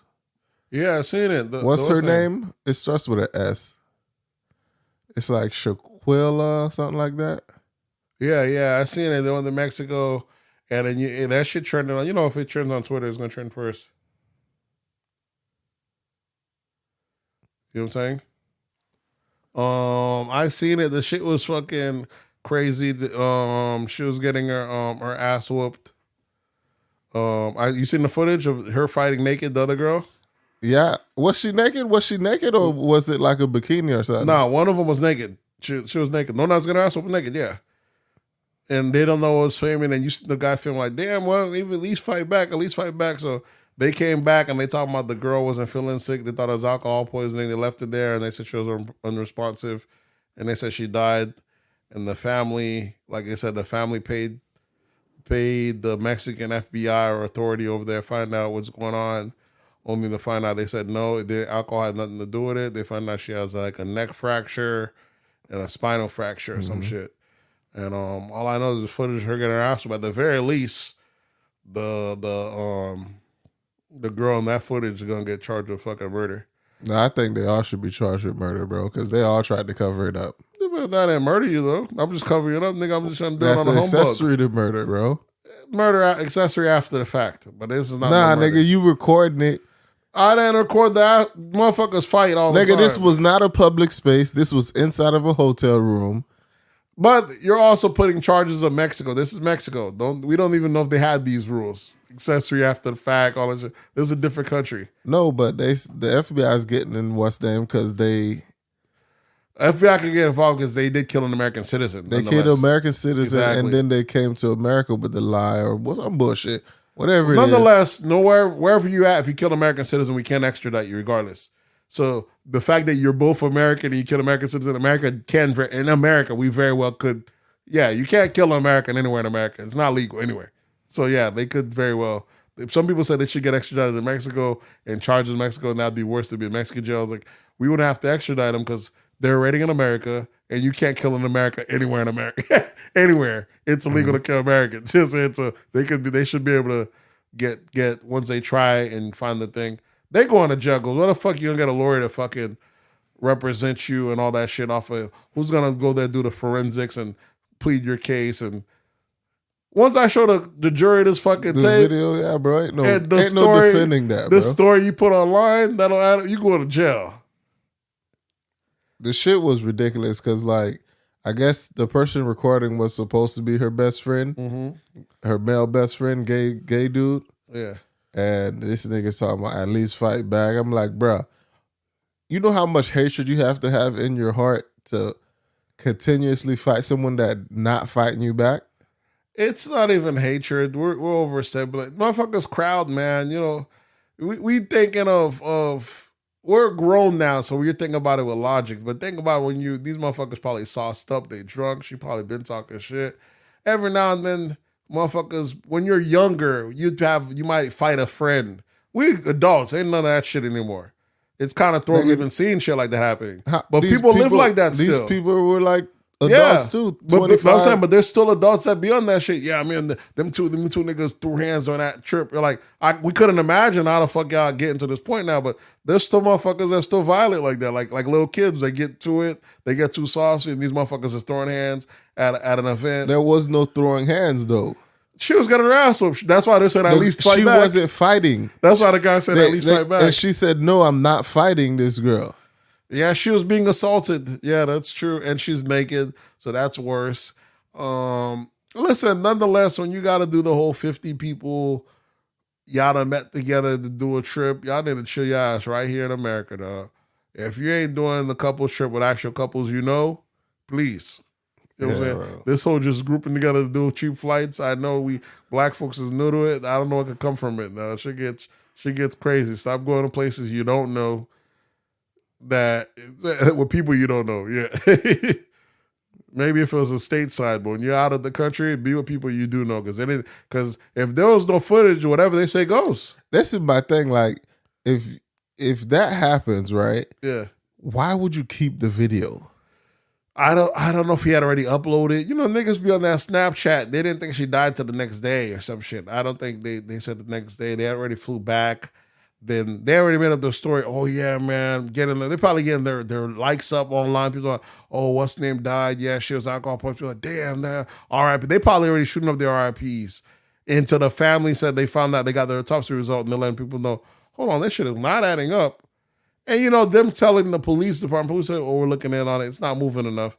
So I said, we got to put this shit online and get that shit cooking and rotating. And now that there's a national campaign, people saying justice for so forth, now you like the foot on the ass. Sadly, for black people shit, if you don't get the masses involved, that's another thing. Yeah. The system ain't moving. The motherfuckers be dragging their feet. And it happens time and time again. Unless the system get involved, you don't find about an injustice on a black person.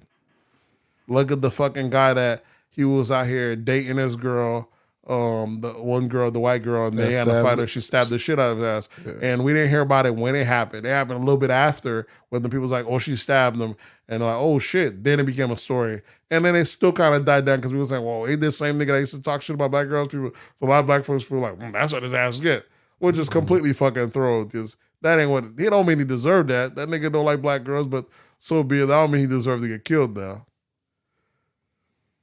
You know what I'm saying? Yeah, but no, bro, this shit was fucking ridiculous. Girl's not fighting back. Of course, she's the pretty one out of the group. Yeah, we already know what happens. Yeah, the ugly one is the one beating her up. Yeah, she's not fighting back, and then they all everybody in that room comes up with a lie because they had plenty of time. Because I know they didn't just once she was stopped being responsive, I know they didn't just call the authorities and be like, come check up on her. So they came. I guess the nurse noticed that there were different marks and a knot on her head. Yeah. But still didn't put one and one together or whatever it was to make two. And they said there was no foul play. Like, Yeah. how much do you have to pay off the medical staff to? Nigga, this Mexico. Your American dollar is strong. And I want to know. These motherfuckers. I want to know how can they get the people to be like, okay, it might have been alcohol poisoning. You know how much alcohol you have to drink to get alcohol poisoning? Yeah, they didn't. The people never said that. They never got the. So people thing. don't just die, bro. That's what I'm saying. They came back and told her family, and so I called the family and said, "What?" That's why the family paid for the thing. The people that left the trip came back and said, "Yeah, they heard there was alcohol poisoning. She wasn't responding." And then that's when one of the dudes was like, "Nah, I heard the next day that I was just saying, I apologize. I didn't know what I was saying." And then I guess I don't know if he put out the footage after that or trying to clear his name, letting people know. Because if I did no murder, if y'all told me, oh, she was sick, she's unresponsive, all right, no problem. I might be cool. And then she might have died. But now you're talking about, I don't know. It looked like it wasn't because she wasn't drunk after all. That's why she was unresponsive. You probably thinking, bro, damn, I wonder. You probably thinking maybe, but you're like, nah, she has a broken neck and a severed spine type shit. Like, you know what, fuck it, bro. Ain't no maybes. No, well, here, I got footage of her ass getting her neck severed in her spine. Here, right? At the very least, I gotta at least clear my name. As fucked up as it might be, like, damn, at least fight back. At least I ain't murdering her. That's what he's saying.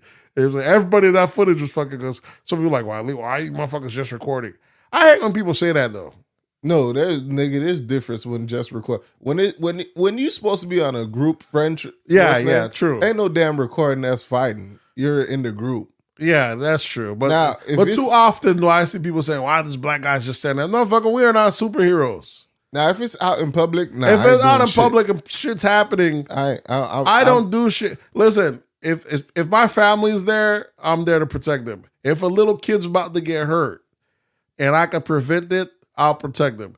Even an adult, if there's no downside to me making it to my family, I'll help. I'm the pedestrian falling, I'll help them over.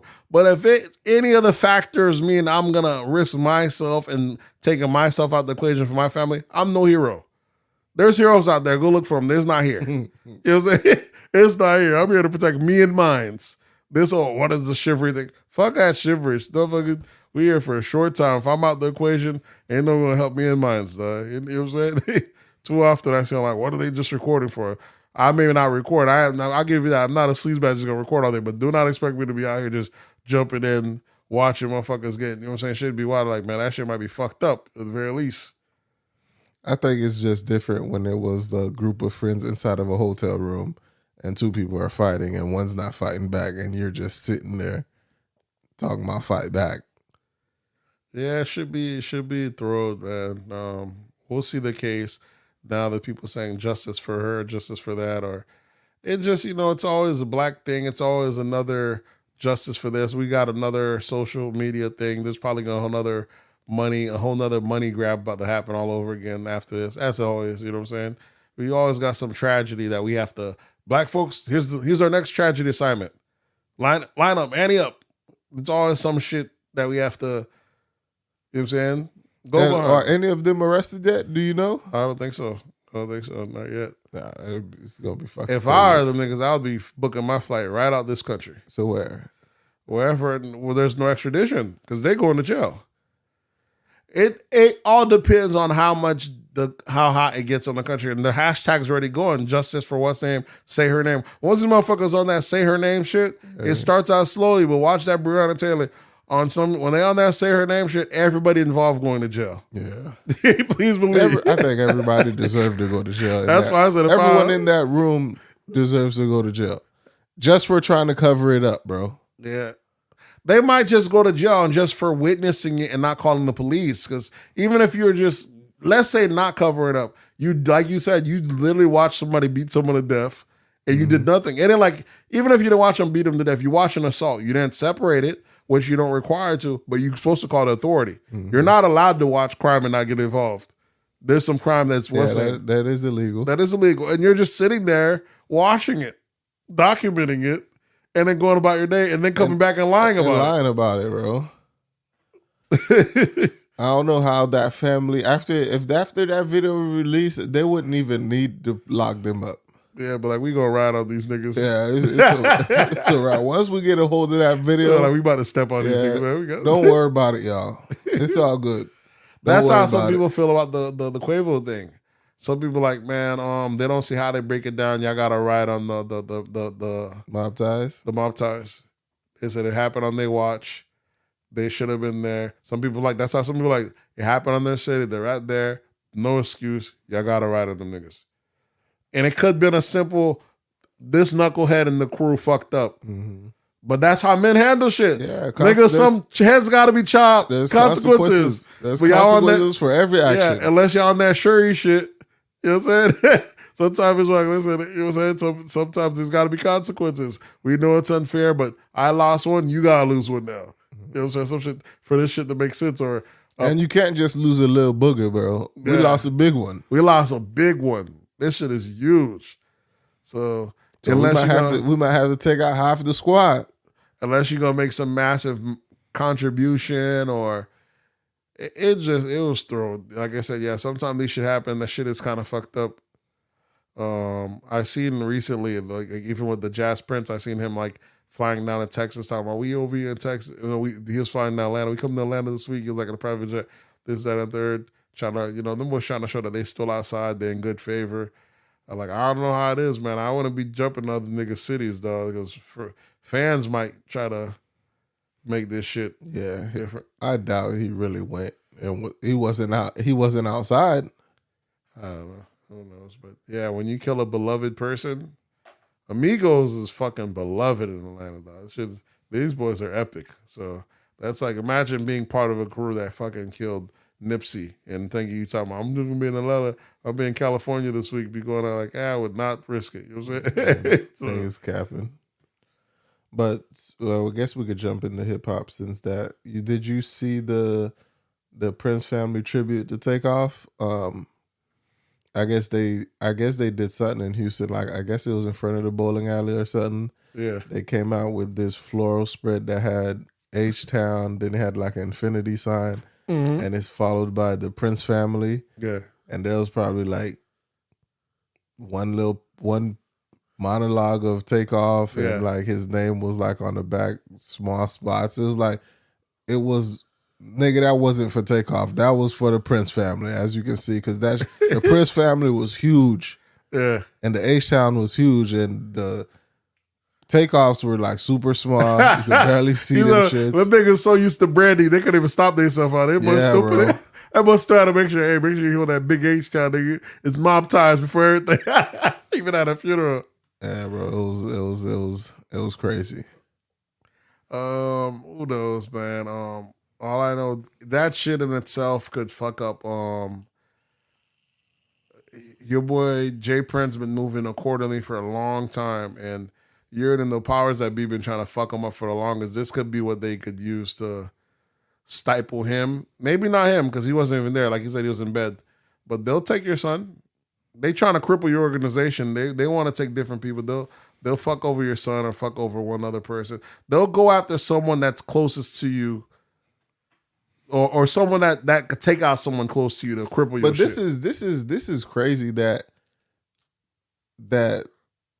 imagine if this happened to a huge white artist. It wouldn't happen. It would be the RICO charge would happen immediately. Yeah. I'm saying like there would be some action swiftly. Yeah. Like we still haven't heard of no arrest. But you already know it's about to happen. It's because with the black shit, people aren't speaking. We don't want to snitch or start quiet. So it don't matter, nigga. If it was a different race, oh yeah, they just locking up everybody. We'll sort it out later. Y'all in jail. We'll sort it out later. Y'all gonna be in jail while we figure it out. We'll sort it out later. Yeah, we gonna let y'all. That's how they used to do it. I guess when you're a bigger celebrity, they gonna let it rock for a little bit. You know what I'm saying? Maybe that's how they even know. But please believe and by 4 months, as you can see, when you kill the high end celebrities, you can kill a no name, we won't get no arrest. But when you kill a high end celebrity, like we were shocked. Mm-hmm. Within a few months, they're gonna be a RICO charge, or they're gonna arrest. Just like you said, the young Dolph shooter got got picked up, or they caught the what's the name shooter XXX. When the case is that big and it's nationwide coverage, and the whole black community is locked in, and we want justice, it's like we gotta get these niggas justice. We need some scalps. These shits. There's no more unsolved for black killing. You can get unsolved for any no name nigga. You kill a black celebrity, someone's going to jail. Nowadays, you can kill regular motherfuckers, but you kill any black celebrity. That's how effective black celebrity is. There's got to be a body to go to jail behind it.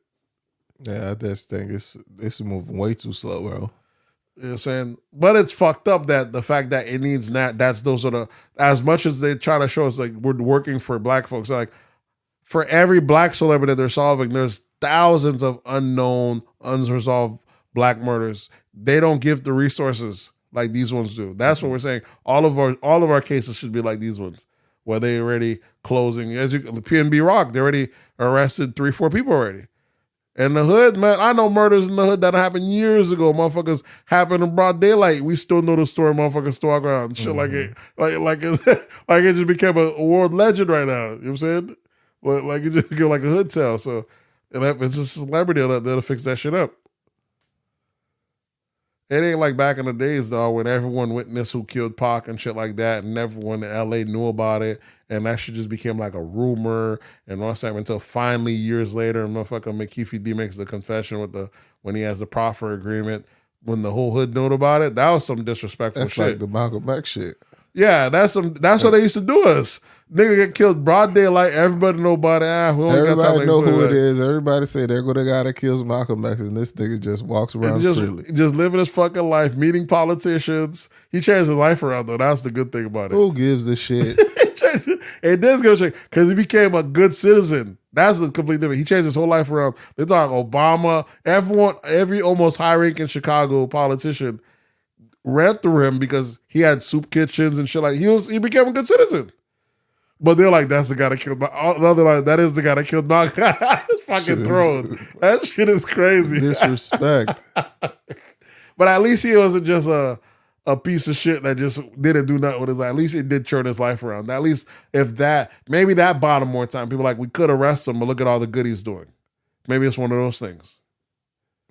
I don't see it.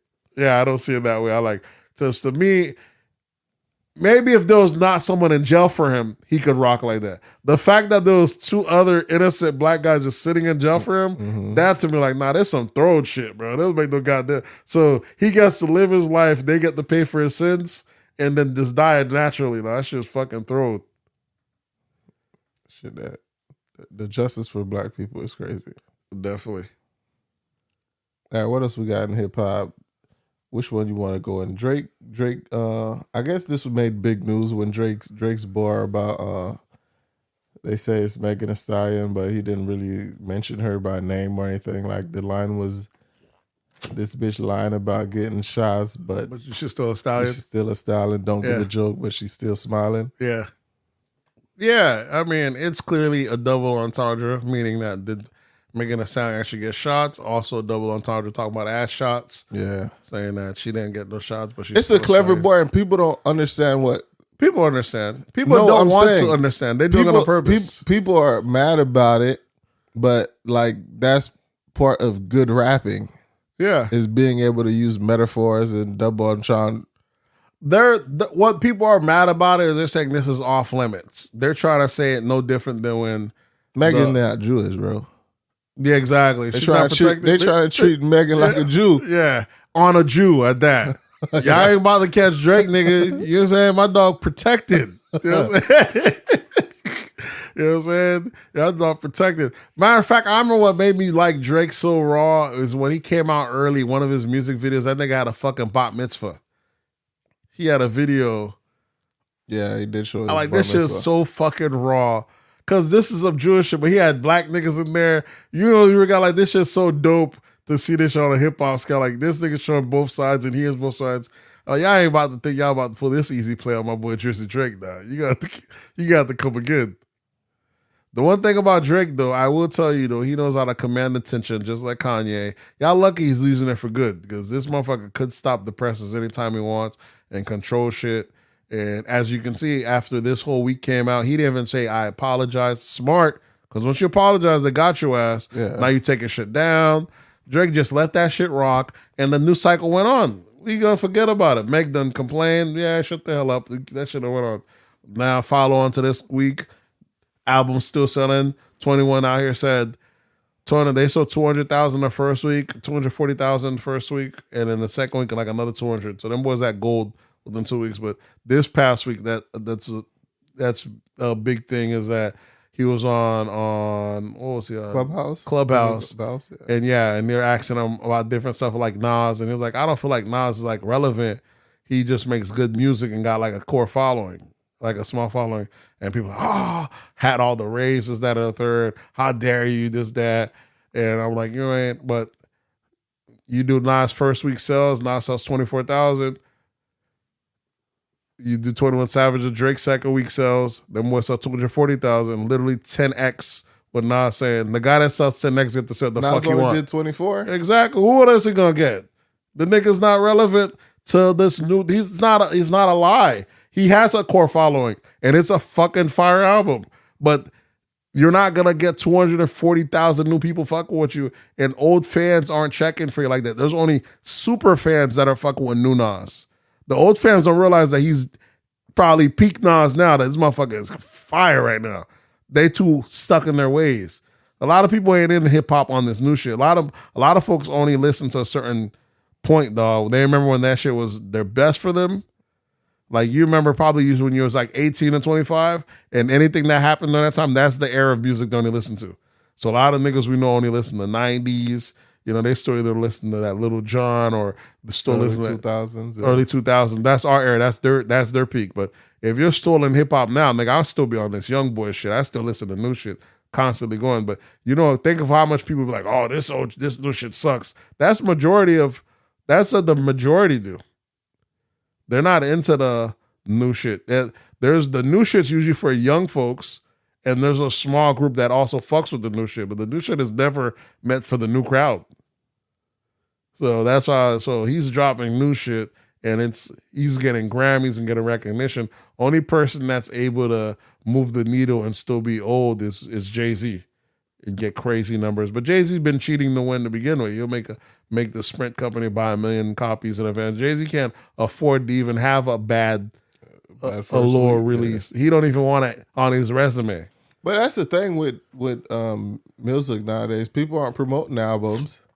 But that's a given. Dropping shit. People aren't. Jay-Z and Beyonce started that shit, and then everyone else wanted to start doing that shit. Like y'all, Jay-Z and them got that meal that first week out the blue. Then they did that last one drop, and they had their own thing, get like 400,000 crazy numbers, and now everyone on that shit, and that's why they started getting these baby numbers.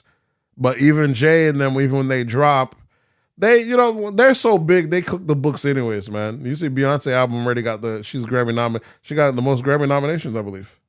What did Beyonce drop? That latest dance album shit. Oh, okay. She did. And I'm like, get the fuck out of here. It's nice, but I don't know about best album of the year. Come on. You mean Beyonce's Experience albums are now making best albums? We gotta cut out. We gotta cut this shit. You go hating on B again. We gotta been hating on B for a long time. We gotta cut this shit. But her experimental albums now, this is like if Drake's experimental album, Drake Andrews' experimental album, he had like 2-3 cuts on there. We were like, okay, we fuck with the cuts. We ain't about to say that this is the album of the year. This is what they're doing for Beyonce now. She literally dropped the same album as Drake, and now this is the album of the year. People went from saying, what the fuck is this music? Way more fire than Drake's album. But it's just dance music in general. When is dance album of the year? When we had all these fucking hip-hop albums out here and shit like that. Y'all, people wilding out here, bro. Who dropped a good album this year? That's our dance or as of late? As of late. That 21 and Drake, I'm fucking with that 21 and Drake. I don't think I listened to the full album. Oh, that shit is fire.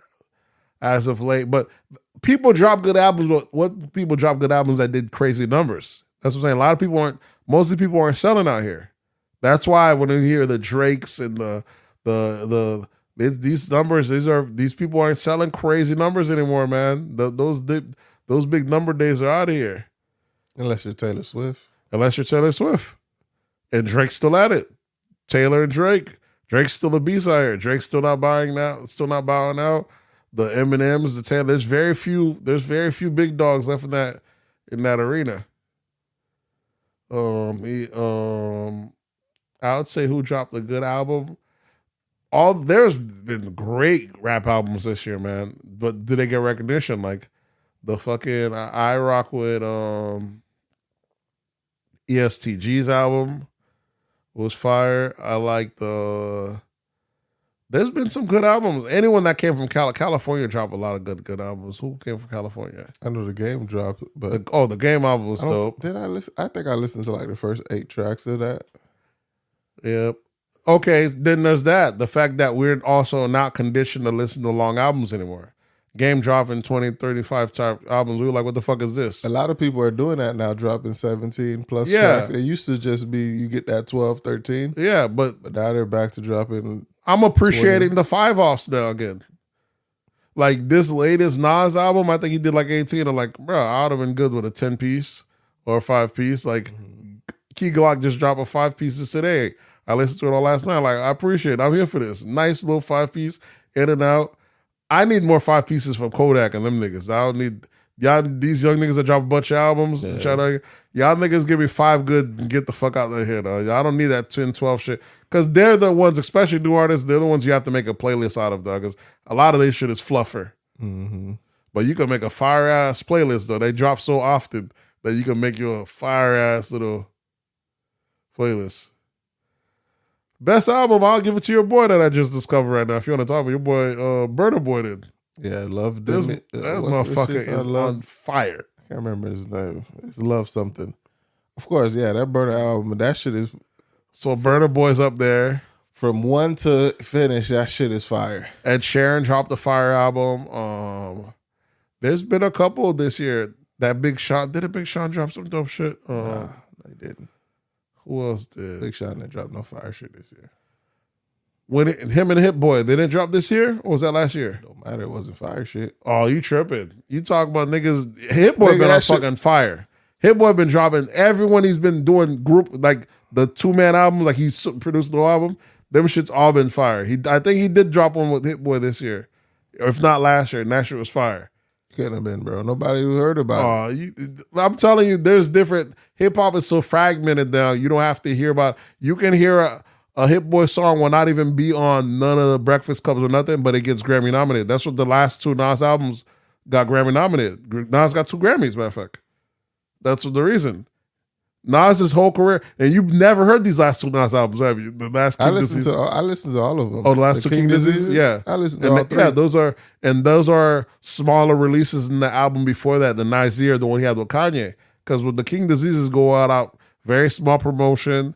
They only sell like 15, 20,000 a week. No promotion. No promotion. Only sell 15, 20,000, and that's it. And they off to it, but they're doing it just for the music. They're not caring about the recognition, and it's still being recognized. The Freddie Gibbs, there's the lyrical lyricists, these niggas, you're not hearing about it, but the spitters, these motherfuckers, they out here.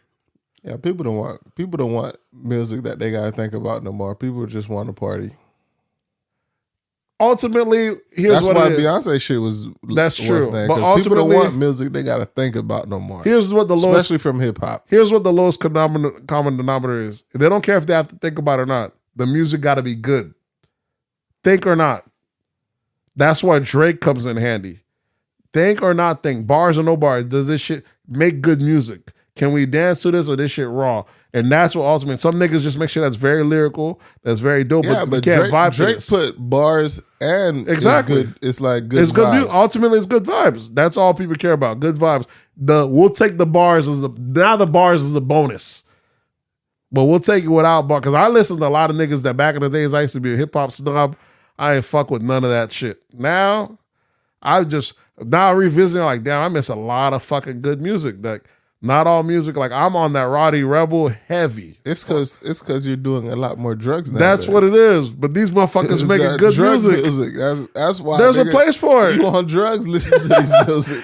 That's why you like it. There's a place for it. I realize that now. It's like movies. There's no way we should have only got Titanic, or we should only get Fridays, or only get Medea's. We need all of it. We need different stuff for different releases. I needed to go out and get a good comedy. Let me catch a good Friday. I need a Marvel movie. I also need a fire Denzel movie. I don't need all one thing. When the whole movie industry went after superhero shit, they're like, man, that's just kind of dry out here. If you're not a superhero fan, you're like, this shit. A lot of people saying they don't even do the movie theaters anymore. This just kind of sucks. They'd rather stay in and watch a good drama. When you come across a fire-ass drama like Fences or Denzel, that shit's even that much stronger. I just watched Fences this past week. Now, you see what I said when he's the best actor around? So you no, I'm not it? saying. I rewatched it. Fire, it was right? on the TV playing, and I just I might want to revisit it and watch it again. Of course, it's good. Yeah, I haven't even revisit. I just remember watching it for the first time. I'm like, this is some of the best acting I've ever fucking seen, period. So, that was so fire. But just in general, we needed, that's what music do, you know what I'm saying? And music is, and like I said, like I remember if I said, like, that's the one thing about music or the arts in general, is that it's a way that humans can convey a feeling on a song and that other humans can catch it and feel it the same exact way without even knowing each other. So like you said, when I came in today, I was like, bro, I listened to that Burna Boy, and I remember you told us about it months back. I said, bro, you're absolutely fucking right. And to know that I'm in the exact feeling that you were in something 5 months ago. Nah, nigga, and you was on drugs listening to Burna Boy. You were probably on a day party or some shit. No, nigga, I'm sober listening to Burna Boy since long time ago. I've been fucking with Burna Boy. But when you were that chant, when he's like that, what's the chant, especially for the Las, when that took on? Yeah. You already know, I already know the epicness, the feel that the whole crowd chanting it.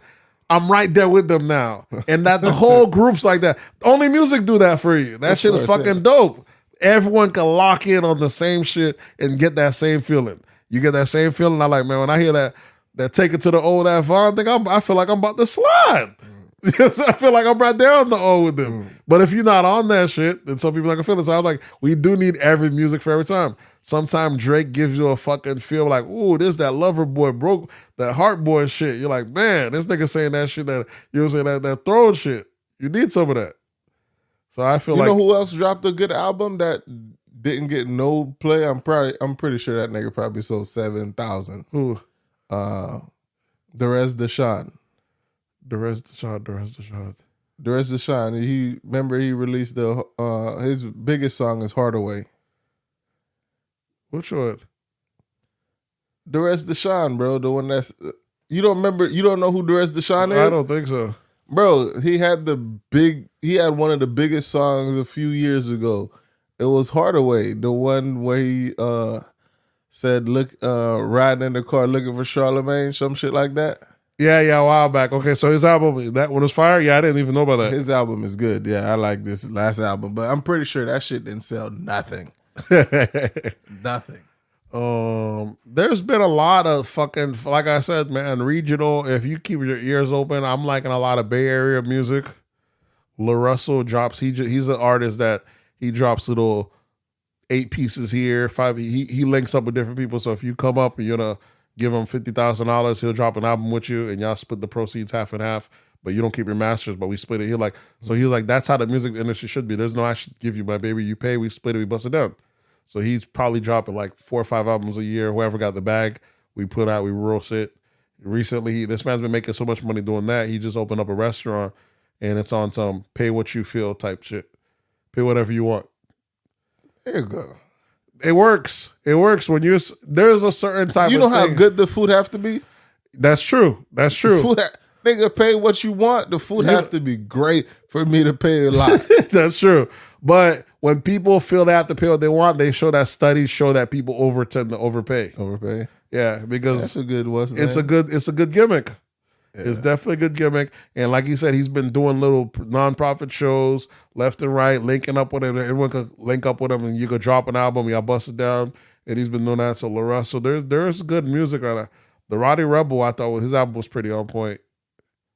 The fucking Migos album is dope. Not the Migos, but the Takeoff and Quavo. Takeoff and Quavo. Yeah, that's a dope one. Sad for it to just be taken off, but it just all depends.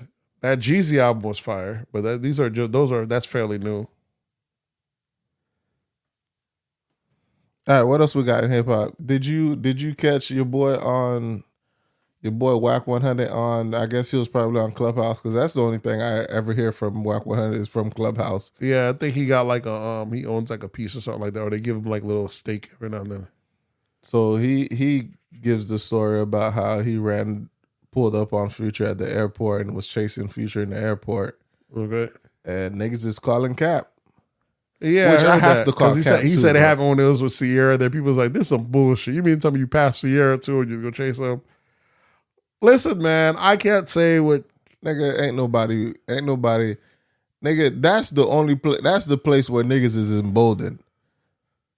That's what I think. That's nigga what in the airport. You run up on me on the airport and try to press me in the airport. Nigga, I'm giving you all the smoke. Yeah, because I know I know you ain't check nothing into this bitch. Like we fighting in this bitch. Yeah, I'm talking shit there. I'm slapping niggas. Exactly. Because I know there ain't no weapons here. And it's gonna be minimal before it's split up. So I'm gonna act a fool. I'm gonna slap a nigga like, "Bah, fuck nigga, what you think this?" Fuck, I'm running for it. Like, bruh, ain't no way. That shit, you know what I'm saying? But I also would be too damn smart to fight at an airport because I could not afford to be on that no travel list. Exactly. That Fuck, nobody and you're talking about someone that has to travel a lot. Yeah. And you thinking this nigga's really gonna act the fool inside the airport? I don't know. But that's one thing Trump should have said in his speech, his stump speech. That fighting at an airport, automatic 10-year no travel lists. We gotta cut this shit out. Motherfuckers is treating the airport. Someone said in a comedy sketch, he's like, what's happening is we got bus people on the plane now. That's perfectly stated. Flights was a little too cheap. Yeah, flights got a little too cheap, but we started getting the bus people or the train people on the plane. And it is, every time I see a video of motherfuckers fighting at the airport, I'm like, this shit that is a privilege y'all motherfuckers are fighting at. Save that shit for when y'all land back out the airport. The place we got to be on our best behavior. We watch out for tourists. We got to y'all motherfuckers acting a fool in this bitch, and it's worse on the plane. When I see people acting crazy on the plane, I was like, this person doesn't deserve. It doesn't deserve to fly. Deserve to be here. Let them put 1,000 miles in that American highway system that we've invented. That I-95, that highway. That'll straighten their ass out. That'll straighten their ass out clean. Because they're not appreciating what's about to happen. When you got to drive from like Florida to New York because you can't fly. When you got to spend 24 hours. That shit has changed your life. That'll give you that act right real quick. Exactly. I can't believe it. I like every time I'm seeing people, I like this shit is getting wild right now. Which is each time we're at the airport, each time I see it like that, it gets a little as busy as me. I'm like, I can't imagine people be acting a fool in these damn airports. You ever been to the Sanford airport? Not to catch a flight, just to pick up people and drop shit It's so off. crazy how empty it is over there, bro. Yeah, it is all that slow. fucking space for an actual full airport in there. It ain't even like it's a rinky-dink airport. That's a full fucking good airport. Yeah, it is. I would expect Sanford's airport in Haiti. Not like at the very least, I'd be like, if Haiti could have a good ass airport. Is it international? It's not. But that's what I'm saying. The fact that they got them a legit ass airport in tiny ass Sanford is crazy. Because if Lantana could have an airport like that, that's a full functioning airport, bro. That Sanford airport look like it's crazy. Yeah, but I think it's just the competition to Orlando's airport. Like they're so dead, they don't fly every day. They only like 2 days out the week, like Tuesdays and Thursdays type shit. I've never had to catch a flight. Yeah, so that's how it is. You have to book your flights on the certain days they fly by. So that's how they don't even get that. And MCO is one of the busiest airports in the nation. MCO, yeah, it's one of the busiest. Well, right there, there's different tiers. Right there with the Atlanta ones and shit like. So one of the busiest. So. You gotta imagine that's how busy MCO is just by having Sanford next to it. You're able to open up a part-time airport and still get traffic and still have it functional. Right there. So what else you have? Yeah, I don't know. Your boy Whack 100 is a very unique thing in hip hop. He either is complete cap or he is exactly what he says he is. He is a habitual liar. I respect Whack 100, man. He's a piece needed in hip hop too. You talk too much to me. He do, but he's talking about anyone. There's no more politics with him. It's if you're not under his protection, he talks shit about you. He's the one of the few guys that talk shit about James Prince. He's the one that talks shit about T.I. He's also a hypocrite because he's on that. Oh, I guess he was upset with the whole check-in in Houston type shit. But Yeah. nigga, that's what you do in LA. Yeah, but then he explained it. He was like, it ain't even like that. What the check-in thing is, you might be in a certain area, you come through, and I say, little homie, he'll like, hey, you been going there too long. Don't go over that area, bro. They been watching you, man. He explains it like it's that. I'm sure some regular niggas are like, this shit is extortion. He's saying it like it's I'm looking out like for respect you, but to you. Nigga, it's extortion. Yeah, I feel like this is extortion, but I respect it. Here's what it is. I was saying someone did a perfect meme about it online on World Star. They said people saying it's fucked up. Nah, fuck this nigga Whack. I don't respect it because we got niggas like Charleston White that's out there. Mm-hmm. But oddly enough, Charleston White and Whack get along because they both don't fuck with T.I. But Charleston said he ain't on that check-in shit. Period. You know what I'm saying? And where he's at, he'll call the police. That's who he checks in with. Mm-hmm. Checks with authority. But Charles, he's a civilian, so he could do that. So that's Wax thing. Wax all cool with civilians calling cops. Charleston White's no longer considered a civilian if you interject yourself into that hip hop shit. They still call him a civilian because he'll call the cops. That's why they call him a cop. But it's not. But Wax says he's still a civilian. The fact that civilians are allowed to call when you're a criminal, they're supposed to call when they see crime. You're not supposed to allow civilians to see your crime. You know what I'm saying? It's what a good civilian is supposed to report crime. So that's what he's doing. You know what I'm saying? But the two is Whack in a sense is trying to make his own rules, right? Some people saying Whack is trying to extort his own people. People saying that's fucked up. But the mob extort their own people. Most mafias, most gangs extort your own people first. That's how you get powerful. Mm-hmm. And I think we're thinking it's fucked up that he's doing this whole black people. Like black people are unique, but this isn't unique. This is what happens. That's how people get powerful. You first steal, you take from your own first. But in the black community, that's all they take from. That's they don't get to go take nowhere else. Yeah, but that's the other community. Yeah, exactly. They keep on that, and we're like, that's what's unfair about it. And then someone put the meme up saying they put that they said this is just extortion. They didn't lock his ass up. They put they put the video of Omar from The Wire. He said you wanted to be one way. You wanted to be one way. But it's another way. That's not Omar. That's Marlo. That's Marlo. Yeah. And it's right. We do want it to be one way, but it's not, nigga. It's like everything else. In some places, there's extortion in the black hip hop scene. You just have to accept it. We just gotta accept it. We may not like it. But you want to be one way. It's another community. This is how this gang eats. This is their hustle. We extort people in this field. If they're rapping about this gangster shit, there's a tax to it. You may not like it. You don't like it because you want it to be one way. That's what they're saying. But you're saying there's different. If they don't want it that way, they could check in with the police. They could go the right way and they don't have to check in. But if they don't want to not look like a bitch, they got to come through and either put their life on the line to get this bag or check in. Those are your three options. You look like a bitch and pay the cops. You take the risk and run your life, or you pay up. I guess it's all bullshit. So if you're a critical thinking guy, what are you gonna do in that situation? You're gonna call the cops to look like a bitch if you're a person trying to set your reputation? Because a lot of hip hop is perception. Yeah, I think I'm just gonna call the LAPD. Yeah. But I need an escort. That's it. Okay, here's the issue. When you're coming up, when you're huge, you can pull that off. When you're when you're coming up and you're trying to get sizzling hot in these streets and different social buzz, you can't. These niggas gotta check in. It's part of it's so fucking smart. It's a system. It does make sense. Because But do you think niggas like Macklemore, G-Eazy, they don't. That's why Post Malone ever have to check in? They don't. You're right. Exactly. But like the guy said, in that space. They're not. They're white. But they're in the hip hop space making gangster music. They don't really make gangster music. They rap. Those white guys just making rap music. They don't say gangster shit. They're not saying running down to the ops. They're not saying thugging. They're not smoking no packs. And they're just rapping. They're just rappers. And sometimes the ones that are just rapidy rappers don't have to check in. The fucking think of the let's say for example like a Tech 9 or a B.O.B.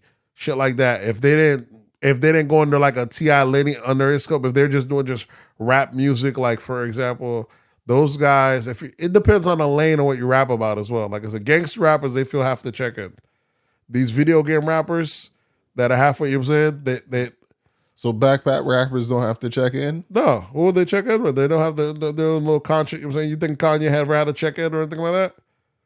Kanye's a billionaire. Kanye's different. Yeah, nice billionaire. But earlier, I don't think, for example, I don't think Talib Kweli them would have to check in. But the thing is, the backpack rappers and them, even those guys come from the hood. They just happen to be smarter rappers, and they have their entourage too. So they do actually in that little check-in.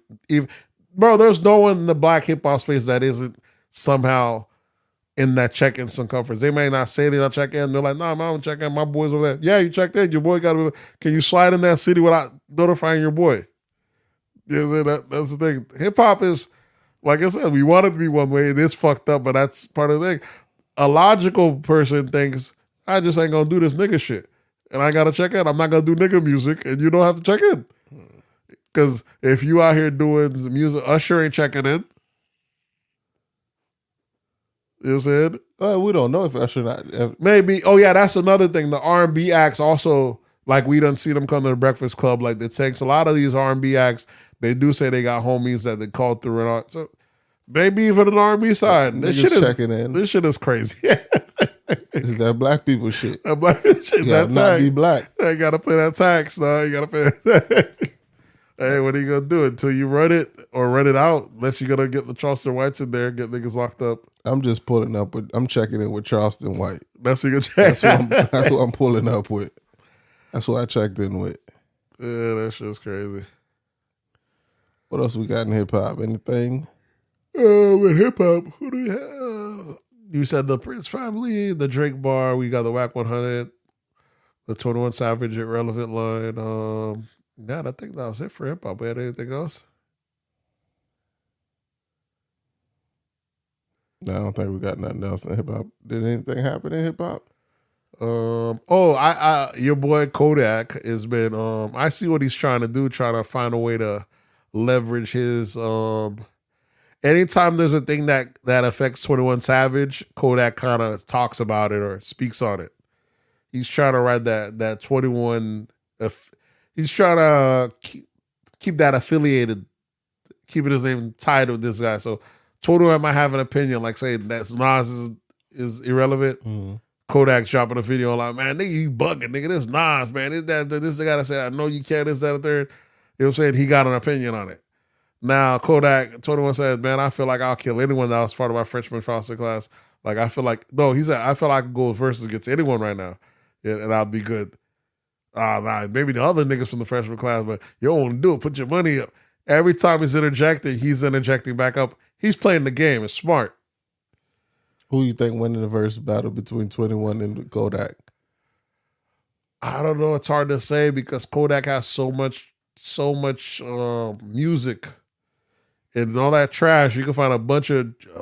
He has a bunch of treasures in there, little slips in there. And then 21 got a bunch of big hits that we didn't even think of.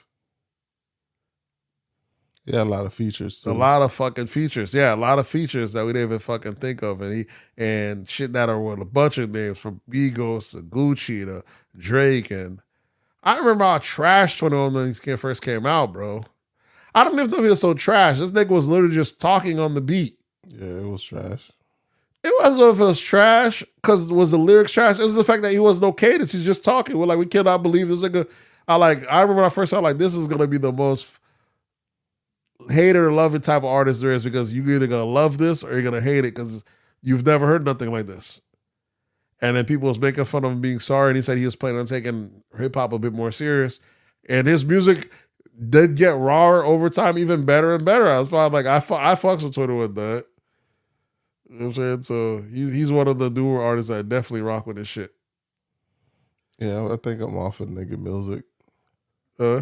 I'm off of nigga music. You don't like nigga music? Nah, bro, I don't. I barely listen to hip hop anymore. Oh yeah. Well, maybe now you got, like I said, there's a time for everything. See, now that I'm on that, now they just got on this. Now that I'm on this Afrobeat wave. But I'm not gonna different days. You know, some days I have to listen to soft rock. Some days I gotta West Ham. I can't just be off the nigga music. There's some good quality nigga music dropping right. Don't pass up. This high quality, good quality nigga music be dropping right now. Like, I remember finding out about King Von after he died. Like, God damn, this nigga's wrong. How is this nigga dead? How does and there's so much. Like I said, there's a lot of between drill music and the bad music, the bad influential music, the new crime, like I said, the low vibration music. There's a lot of good low vibration music right now. And then there's also there's psychedelic music. Like I said, right now is the time. You got the Travis Scotts. There's music for all sorts of shit. You got that mood music, that shit I used to call that loser music, that emo music, all that. You know, you done been there. You're a big Future fan. For a long time, I was like, what the fuck y'all niggas get out of Future? Future is right up there with if I put on a 21 Savage radio station on Pandora, a lot of Future comes in. And I'm in that mood, I'm listening to that 21 and that Future coming, I'm right there.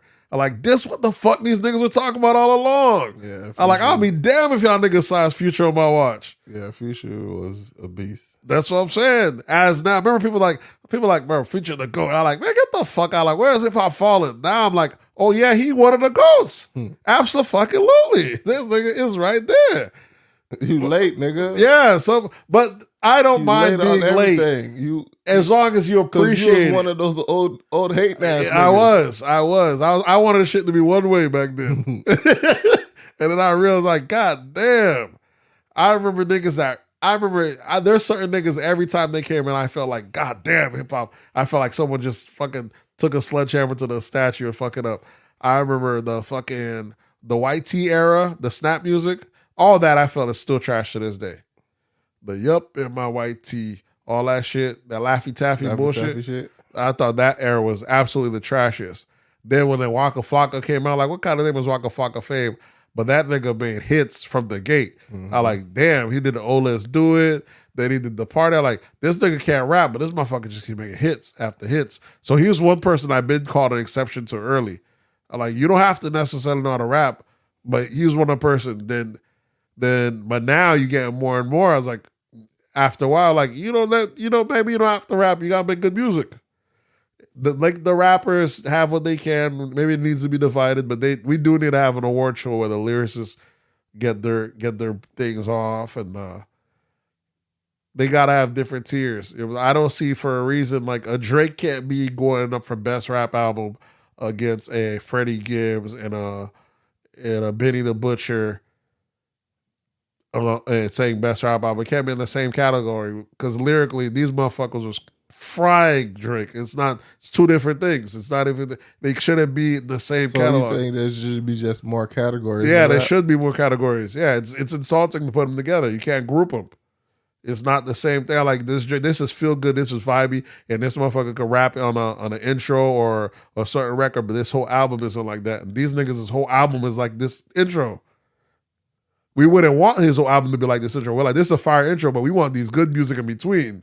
We want that, you know what I'm saying, Hotline Bling. We want those bangers in between. We want the vibe music in between. Them niggas doing the whole shit like the intro. So how can we say their shit? You know what I'm saying?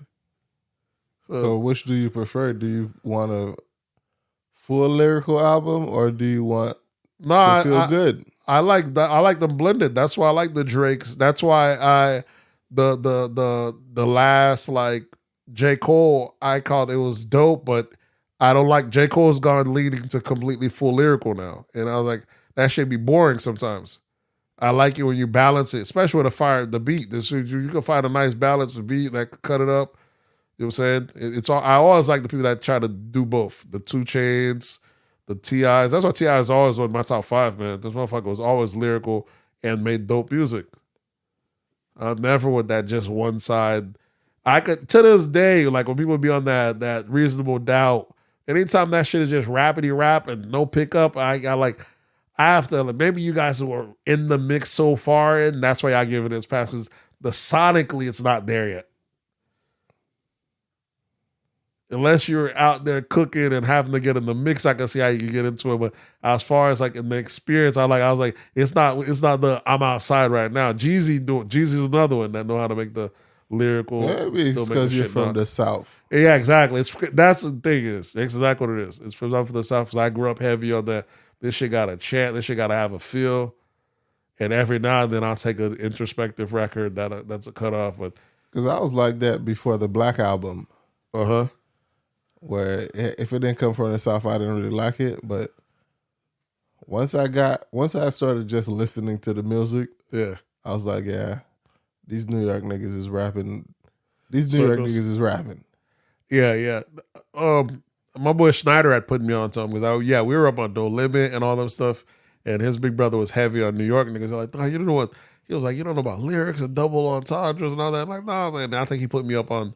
I used to be listening, but you like listen to the locks, listen to Jay. Those are his favorites. And he was breaking out like, oh, then the wordplay. When I started on the wordplay, that's when I used to like, oh, nigga, this is like listen to hip hop it's like listening to hip hop in cursive, nigga. This is high end shit. These niggas doing breakdowns, but that's just one aspect of music, making that shit overthink and deliver the message. Can you tell a movie in this little 16 bars? Can you also draw a feeling in this little 16 bars?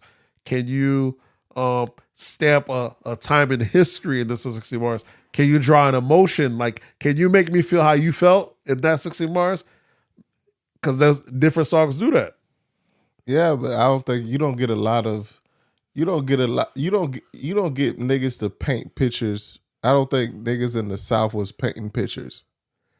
No, they weren't. Like not these in New York rappers. not until like you got that. the TIs and shit like that. That's when shit I don't changed. even know if T.I. paints a picture. Oh, you crazy. And from the get-go, when T.I. came out with the fucking T.I. paint no damn picture, bro. T.I. had songs when he went to hell, fought the devil with wings, came back from heaven. What are you talking about? T.I. came out the gate like that. Nah. Yes.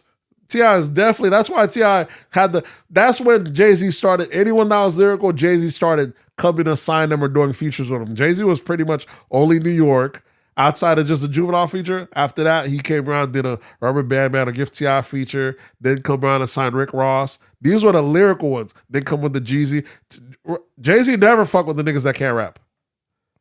Of course not. You see? But now, in this era, you can't say Kof not, because this era, I can see Jay-Z getting on a 21 Savage track. That's how hot 21 is. But 21 don't need Jay-Z verse anymore because he got the hottest guy in the game right now. We will never see this in Jay-Z era. The super lyrical guy getting with the super dumbed down guy. And I think now this shit is perfect. It's balanced. It's balanced. It's good that we get Kodak with fucking Kendrick Lamar, and now we got Drake with 21. Nigga, y'all uppity niggas need to realize there's another side of this shit, and they're gonna give it to you one way or the other. When Drake gave Dirk the cosign, people were like, bro, this is wild. These niggas was talking about smoking packs on people that really died, which he is.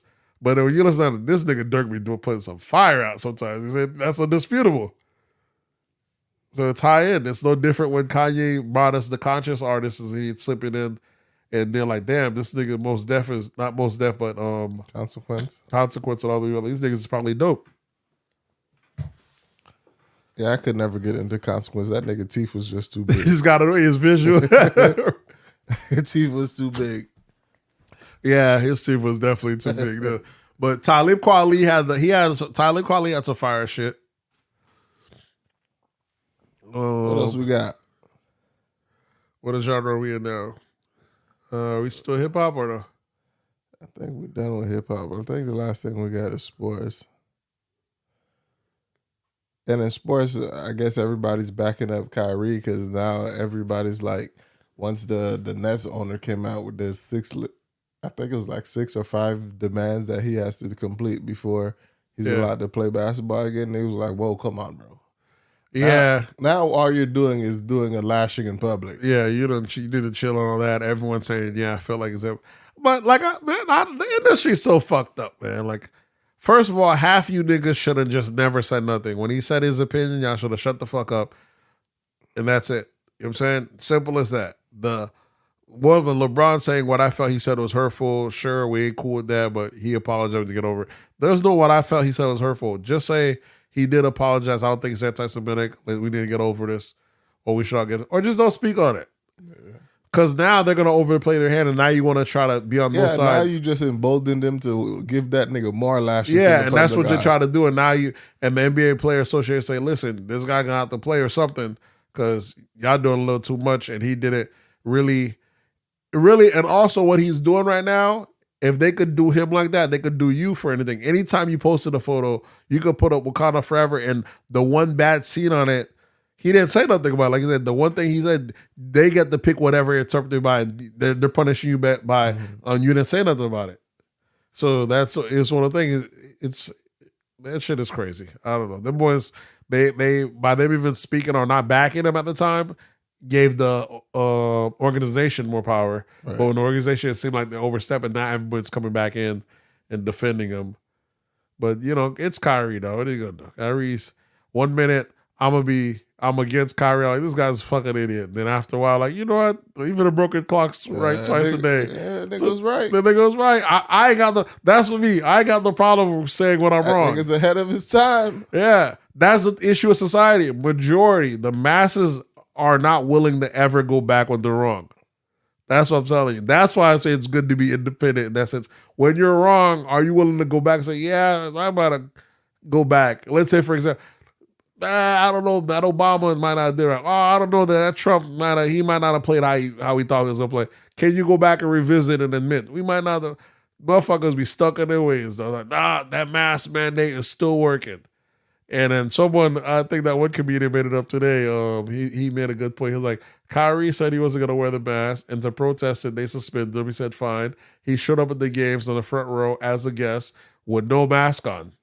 And y'all allowed him in with these other people, but y'all didn't let him play because he wasn't vaccinated. You're like, you get it? So the people that are in the crowd didn't have to be vaccinated, but you on the court are vaccinated, and I'm out here no mask on the same way. You're like, y'all don't see the idiocracy in this.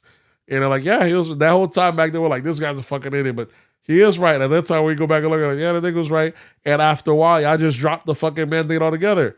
So he was right. You know what I'm saying? But this shit is wild. Yeah, but that's the thing. It's never fun or easy to be ahead of your time. It isn't. It isn't. But when we're wrong, we gotta. That's why everything gotta look at critical. Be like, maybe we're wrong, or just don't jump on everything too early. Sometimes you gotta just. That's why, yeah. At the very least, you'll never be wrong if you don't jump on anything early. Right. Just you gotta do what Dave Chapelle said in his monologue. It was like, when Kanye go crazy, I'm usually right by his side. Yeah. Like this time I was like, oh, I gotta see how this plays out. Exactly. Perfect. Yeah, exactly. Nah, this nigga cook. You know what I'm saying? Yeah, so this nigga going a little crazy. Let me chill. We're not saying, black people feel two ways. Black people feel like, a lot of the fans feel like, why the fuck is black person do something? Everyone else shuts up and no one falls in line. I can understand, motherfucker, you don't know what I gotta do to get my shit in order. I still got bills lined up. I'm cool with motherfuckers not speaking up, not coming to help the way. My thing is just don't speak against it. Yeah, don't add nothing. Just don't add. Fall in line, nigga. You know what I'm saying? Like when they do some shit, you don't agree to it, everybody just be quiet. We don't have nothing to say on against it. Yeah, that's his business. That's it. But I ain't got nothing to say. It's playing out. I'll be like, wow, that's crazy. That's it. We ain't got nothing to add to it. Let them do their own thing. When they know this. We're always doing part of the pylon. Oh, this week we don't have to have, because they don't come call you when they doing some shit. They're like, hey, Gucci man, this week Nancy Pelosi called a call and she made $2 million on a stock play. What do you think about that? They don't call for our shit, but they were like, hey, Gucci man had some insider trading this week. He's getting what's name? They're gonna ask another rapper on their shit. They don't call us about their shit, so we should have it. It's one of them. Another thing we have this week in hip hop, your boy, I don't know if that's hip hop. Your boy Nick Cannon's expecting his 12th child. Yeah, Nick already told you why he's having all these kids, so I don't know why people are so mad about it. What was the reason? Is it because he's trying to get that umbilical cord? No, he has lupus. Yeah, and the doctor he was dealing with told him like, the way your shit is set up, nigga. We don't think you gonna see 46 or some shit like that. It was like some crazy. Yeah, and he said he came out of it. He's going to save his life. I'm about to be fruitful out here and leave something. Yeah, my dog. He admitted. I think today he put out. He said he pays about $3 million a year in child support. I think I did the math. It was around 200, 250 bands per mom or some shit like that, or per child. That might have been when he was at 11 or something like that. So it ain't like they making crazy bread, but if you're gonna nowadays we're in the era where women want to be single moms anyway, so they probably said, if I get 250 B's, raise this man's kids, and I was gonna be a mom anyways, might as well be might as well be well compensated for having his kids. So. Exactly. And if he has a good life insurance plan at the end, this shit might all pan out. We look at him like he's wild and having a harem, but rich people have always been able to do what they want. You know what I'm saying? There was back in the days, there was the guy from the Getty family. He was the richest man of the world at one point in the U.S. Nigga had like 5 girlfriends. They call them girlfriends, but they're just basically his harems. He never got married. He had like you were saying, just different girls. They have a rotation that keep them together. Like they'll all be with him when he goes out. The same shit your boy right now. Think how much girlfriends Mayweather got. I don't know.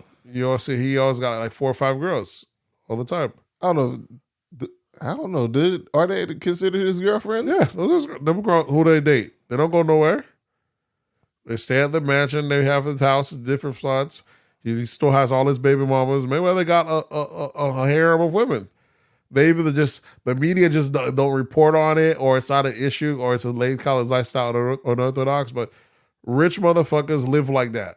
That's how they live. The same way we can say Diddy's dating Young Miami, and at the same time he's courting another 50 Cent's baby mama. Yeah, he's a billionaire, and I got a slew of women. This is how I live my life. I have no reason to. Like you said, you let a nigga get that bag before marriage, chances are he probably not gonna get married. If you let him get that bag to that point early, he's just gonna. I guess that was another thing in hip hop where Diddy and Young Miami break up or something. Yeah, because he cut down her monthly credit card from $500,000 to $250 or something like that. Some shit like that. Who knows if it's true or not? But are they even broken up? Who knows? Maybe she's just got to tell him chill for a little bit. I got to give Young Miami her props, bro. Like, imagine coming out the game from nowhere, rapping this city girl shit, saying you only fuck with niggas that are ballers. Half the time, there's probably local niggas that done beat that already. Mm-hmm. But as you get in popular, you start dealing with higher tier niggas. And every time, as she's speaking, her raps are coming to life. She's only dealing with now athletes, then billionaires. Now you're dealing with a billionaire black guy, and she's not rolling backwards. And now this dude is almost 20 years her senior and just got here as his girlfriend. He's 25 years older than her. Yeah. This is like 53. She's like 28 or some shit like that. Got her as his little thing, and he's still telling her he ain't married. He still tells her he love her, but what's she gonna do? She playing the game. She got the heart for it. These old people ain't got the heart for that game, but she got the heart to stick around. She play this right, she might get the ring. Because, these old niggas, when they get that money, when they get old, that shit can't really work. That's what niggas say, let me go ahead and tie one down. Yeah. Let me go ahead and give her the ring. That motherfucker, when he's good for nothing, that's what that's what he happily strutting down that aisle. So she might be able to play it off that way. She want to play the long game. But the fact that she came in, got herself fucking Diddy of all people. How much rappers came in the game? How many female rappers had a chance to talk about they only deal with ballers that are a third and just squandered the bag? Well, they might got them an executive, but only person that had played it off well was Eve. Eve got her billionaire, but it was a white guy. Mm-hmm. But she moved out the country. Yeah, but Cardi fucked up and dealt with getting a local a local artist, so she's bigger than in a sense. So that's why she kind of fumbled it in. Nicki completely married down, got her just a local dude, local convict, same. Megan fucking around all her peers, not even playing the game right at all. And I can't say she's not playing the ground. She's playing a feminist. She's knocking these niggas off and keeping it moving, all at the same time. Got her writer wife in her calling her that his girlfriend, and Party just being quiet, nigga taking the check. You're like, I ain't fucking up a bad thing though. She can fuck all these niggas, or they can talk crazy if they want, but this is my lady. I'm like, of course. Nigga, what option do you got? Yeah, that's crazy. So you know what I'm saying, but it's few that get in. Fucking all your peers is wild. Which one? That's a wild statement from you, sir. I mean, in a sense, you got a couple of niggas that she done got with, they smashing and keeping it going. It's kind of crazy to me. I was like, and she's not. I mean, she's young and liberated. It's the Rihanna route. Motherfuckers don't frown how Rihanna did it. Rihanna ended up a billionaire at the end. When they went from Travis to ASAP to Chris Brown, Leonardo DiCaprio. No, she she's has landed at. She's at ASAP. She's at ASAP now, yeah. But you had a slew of folks before that. She had the Muslim billionaire. She had a couple athletes. You know what I'm saying, a couple big names along the way. They said living their best life. Hey, sexual liberation. You know, when you're rich, the rules don't apply. You know, It been said, niggas, rich people don't have the same rules we do. Yeah, they get away with what they could get away with. All right, what else we got? Is that a wrap? I believe so. Then you had the question of the week. Yeah, we kind of talked about it when what's anti-Semitism. Yeah, we pretty much discussed it and got it out the way. Well, we have this week that I don't know if this was them. CNN said that they're no longer going to allow their correspondents to be drunk on the air on New Year's. You know, that's kind of a big thing. You know, every year the niggas that get saucy, either Anderson Cooper or Don Lemon and shit. So some years they be cursing in that shit. You know what I'm saying? The New Year's ball, they be drunk as shit. So They don't want niggas to have fun. That's what I look like. I'm like, what's the problem? But I got to work on New Year's Eve. And I can't. That is true. I'm just calling off. They cut a check so much for that New Year's. I don't think motherfuckers call off. That's the day people like, that's that windfall. Because it's probably an easy day. They're like, I'm just sitting here interviewing people, putting a mic in front of people. I'm going to get paid and it's a party. I'm going to turn off. And they probably pay more for that day. But yeah, I guess it all depends. What else we got? We got anything? I think that was it. You got any recommendations for this week? This week I found another oldie but goodie. Okay, let's see. Recommendation I will give you. What is it? The Mayor of Kingstown. What is that? What is that on? That's on. Is it on AMC? No. It's a series. I guess it came out earlier last year. It came out on Paramount Plus or some shit, and I didn't realize that the whole thing. I just started it, and that shit is fire. Some gangster shit. That shit is dope. Like it's like two brothers that kind of run a little city. In that little city, there's like 8 prisons in that little 20-mile radius, and they kind of make sure the whole thing runs smooth between Bloods and Crips and Aryans and different like that. So making sure the politics in those areas between the CEOs and the cops. You know, county towns that it's like a documentary type thing, or is it like no? It's like a series, fictional series. It's a fictional series, but that shit is it's dope. Okay, so there's black folks on there, good black actors, Hispanic actors. Shit is dope, like a Wire type mix, like on type shit. It's on point. Let me guess. I guess for me this week, I was watching a lot of Vice behind the. It's like they do a behind the song type, series. So that was pretty interesting. Like they have behind the thong song, behind. I've seen that one. I was surprised your boy got sued. The thong song one. I didn't watch that one, but I saw it. I saw my list. They got behind the Shaggy It Wasn't Me. That was a pretty interesting episode. So that would be my recommendation for this week, folks. Is Vice. You probably catch it on YouTube. It's on Vice, behind the blah blah blah, and it's a song that's like super popular in this time. But you already know what to do. Hit us up on That's Absurd Pod on Instagram, That's Absurd Pod on Twitter, That's Absurd Podcast on Facebook, and you can always drop a email at that'sabsurdpodcast@gmail.com. And you know the voice line is always open if you want to drop a voicemail or drop your question of the day, shoot a text, leave a voicemail, whatever you want to do with that line. That number is 407-900-6076. That number is 407-900-6076. And we'll catch you guys next week. We out.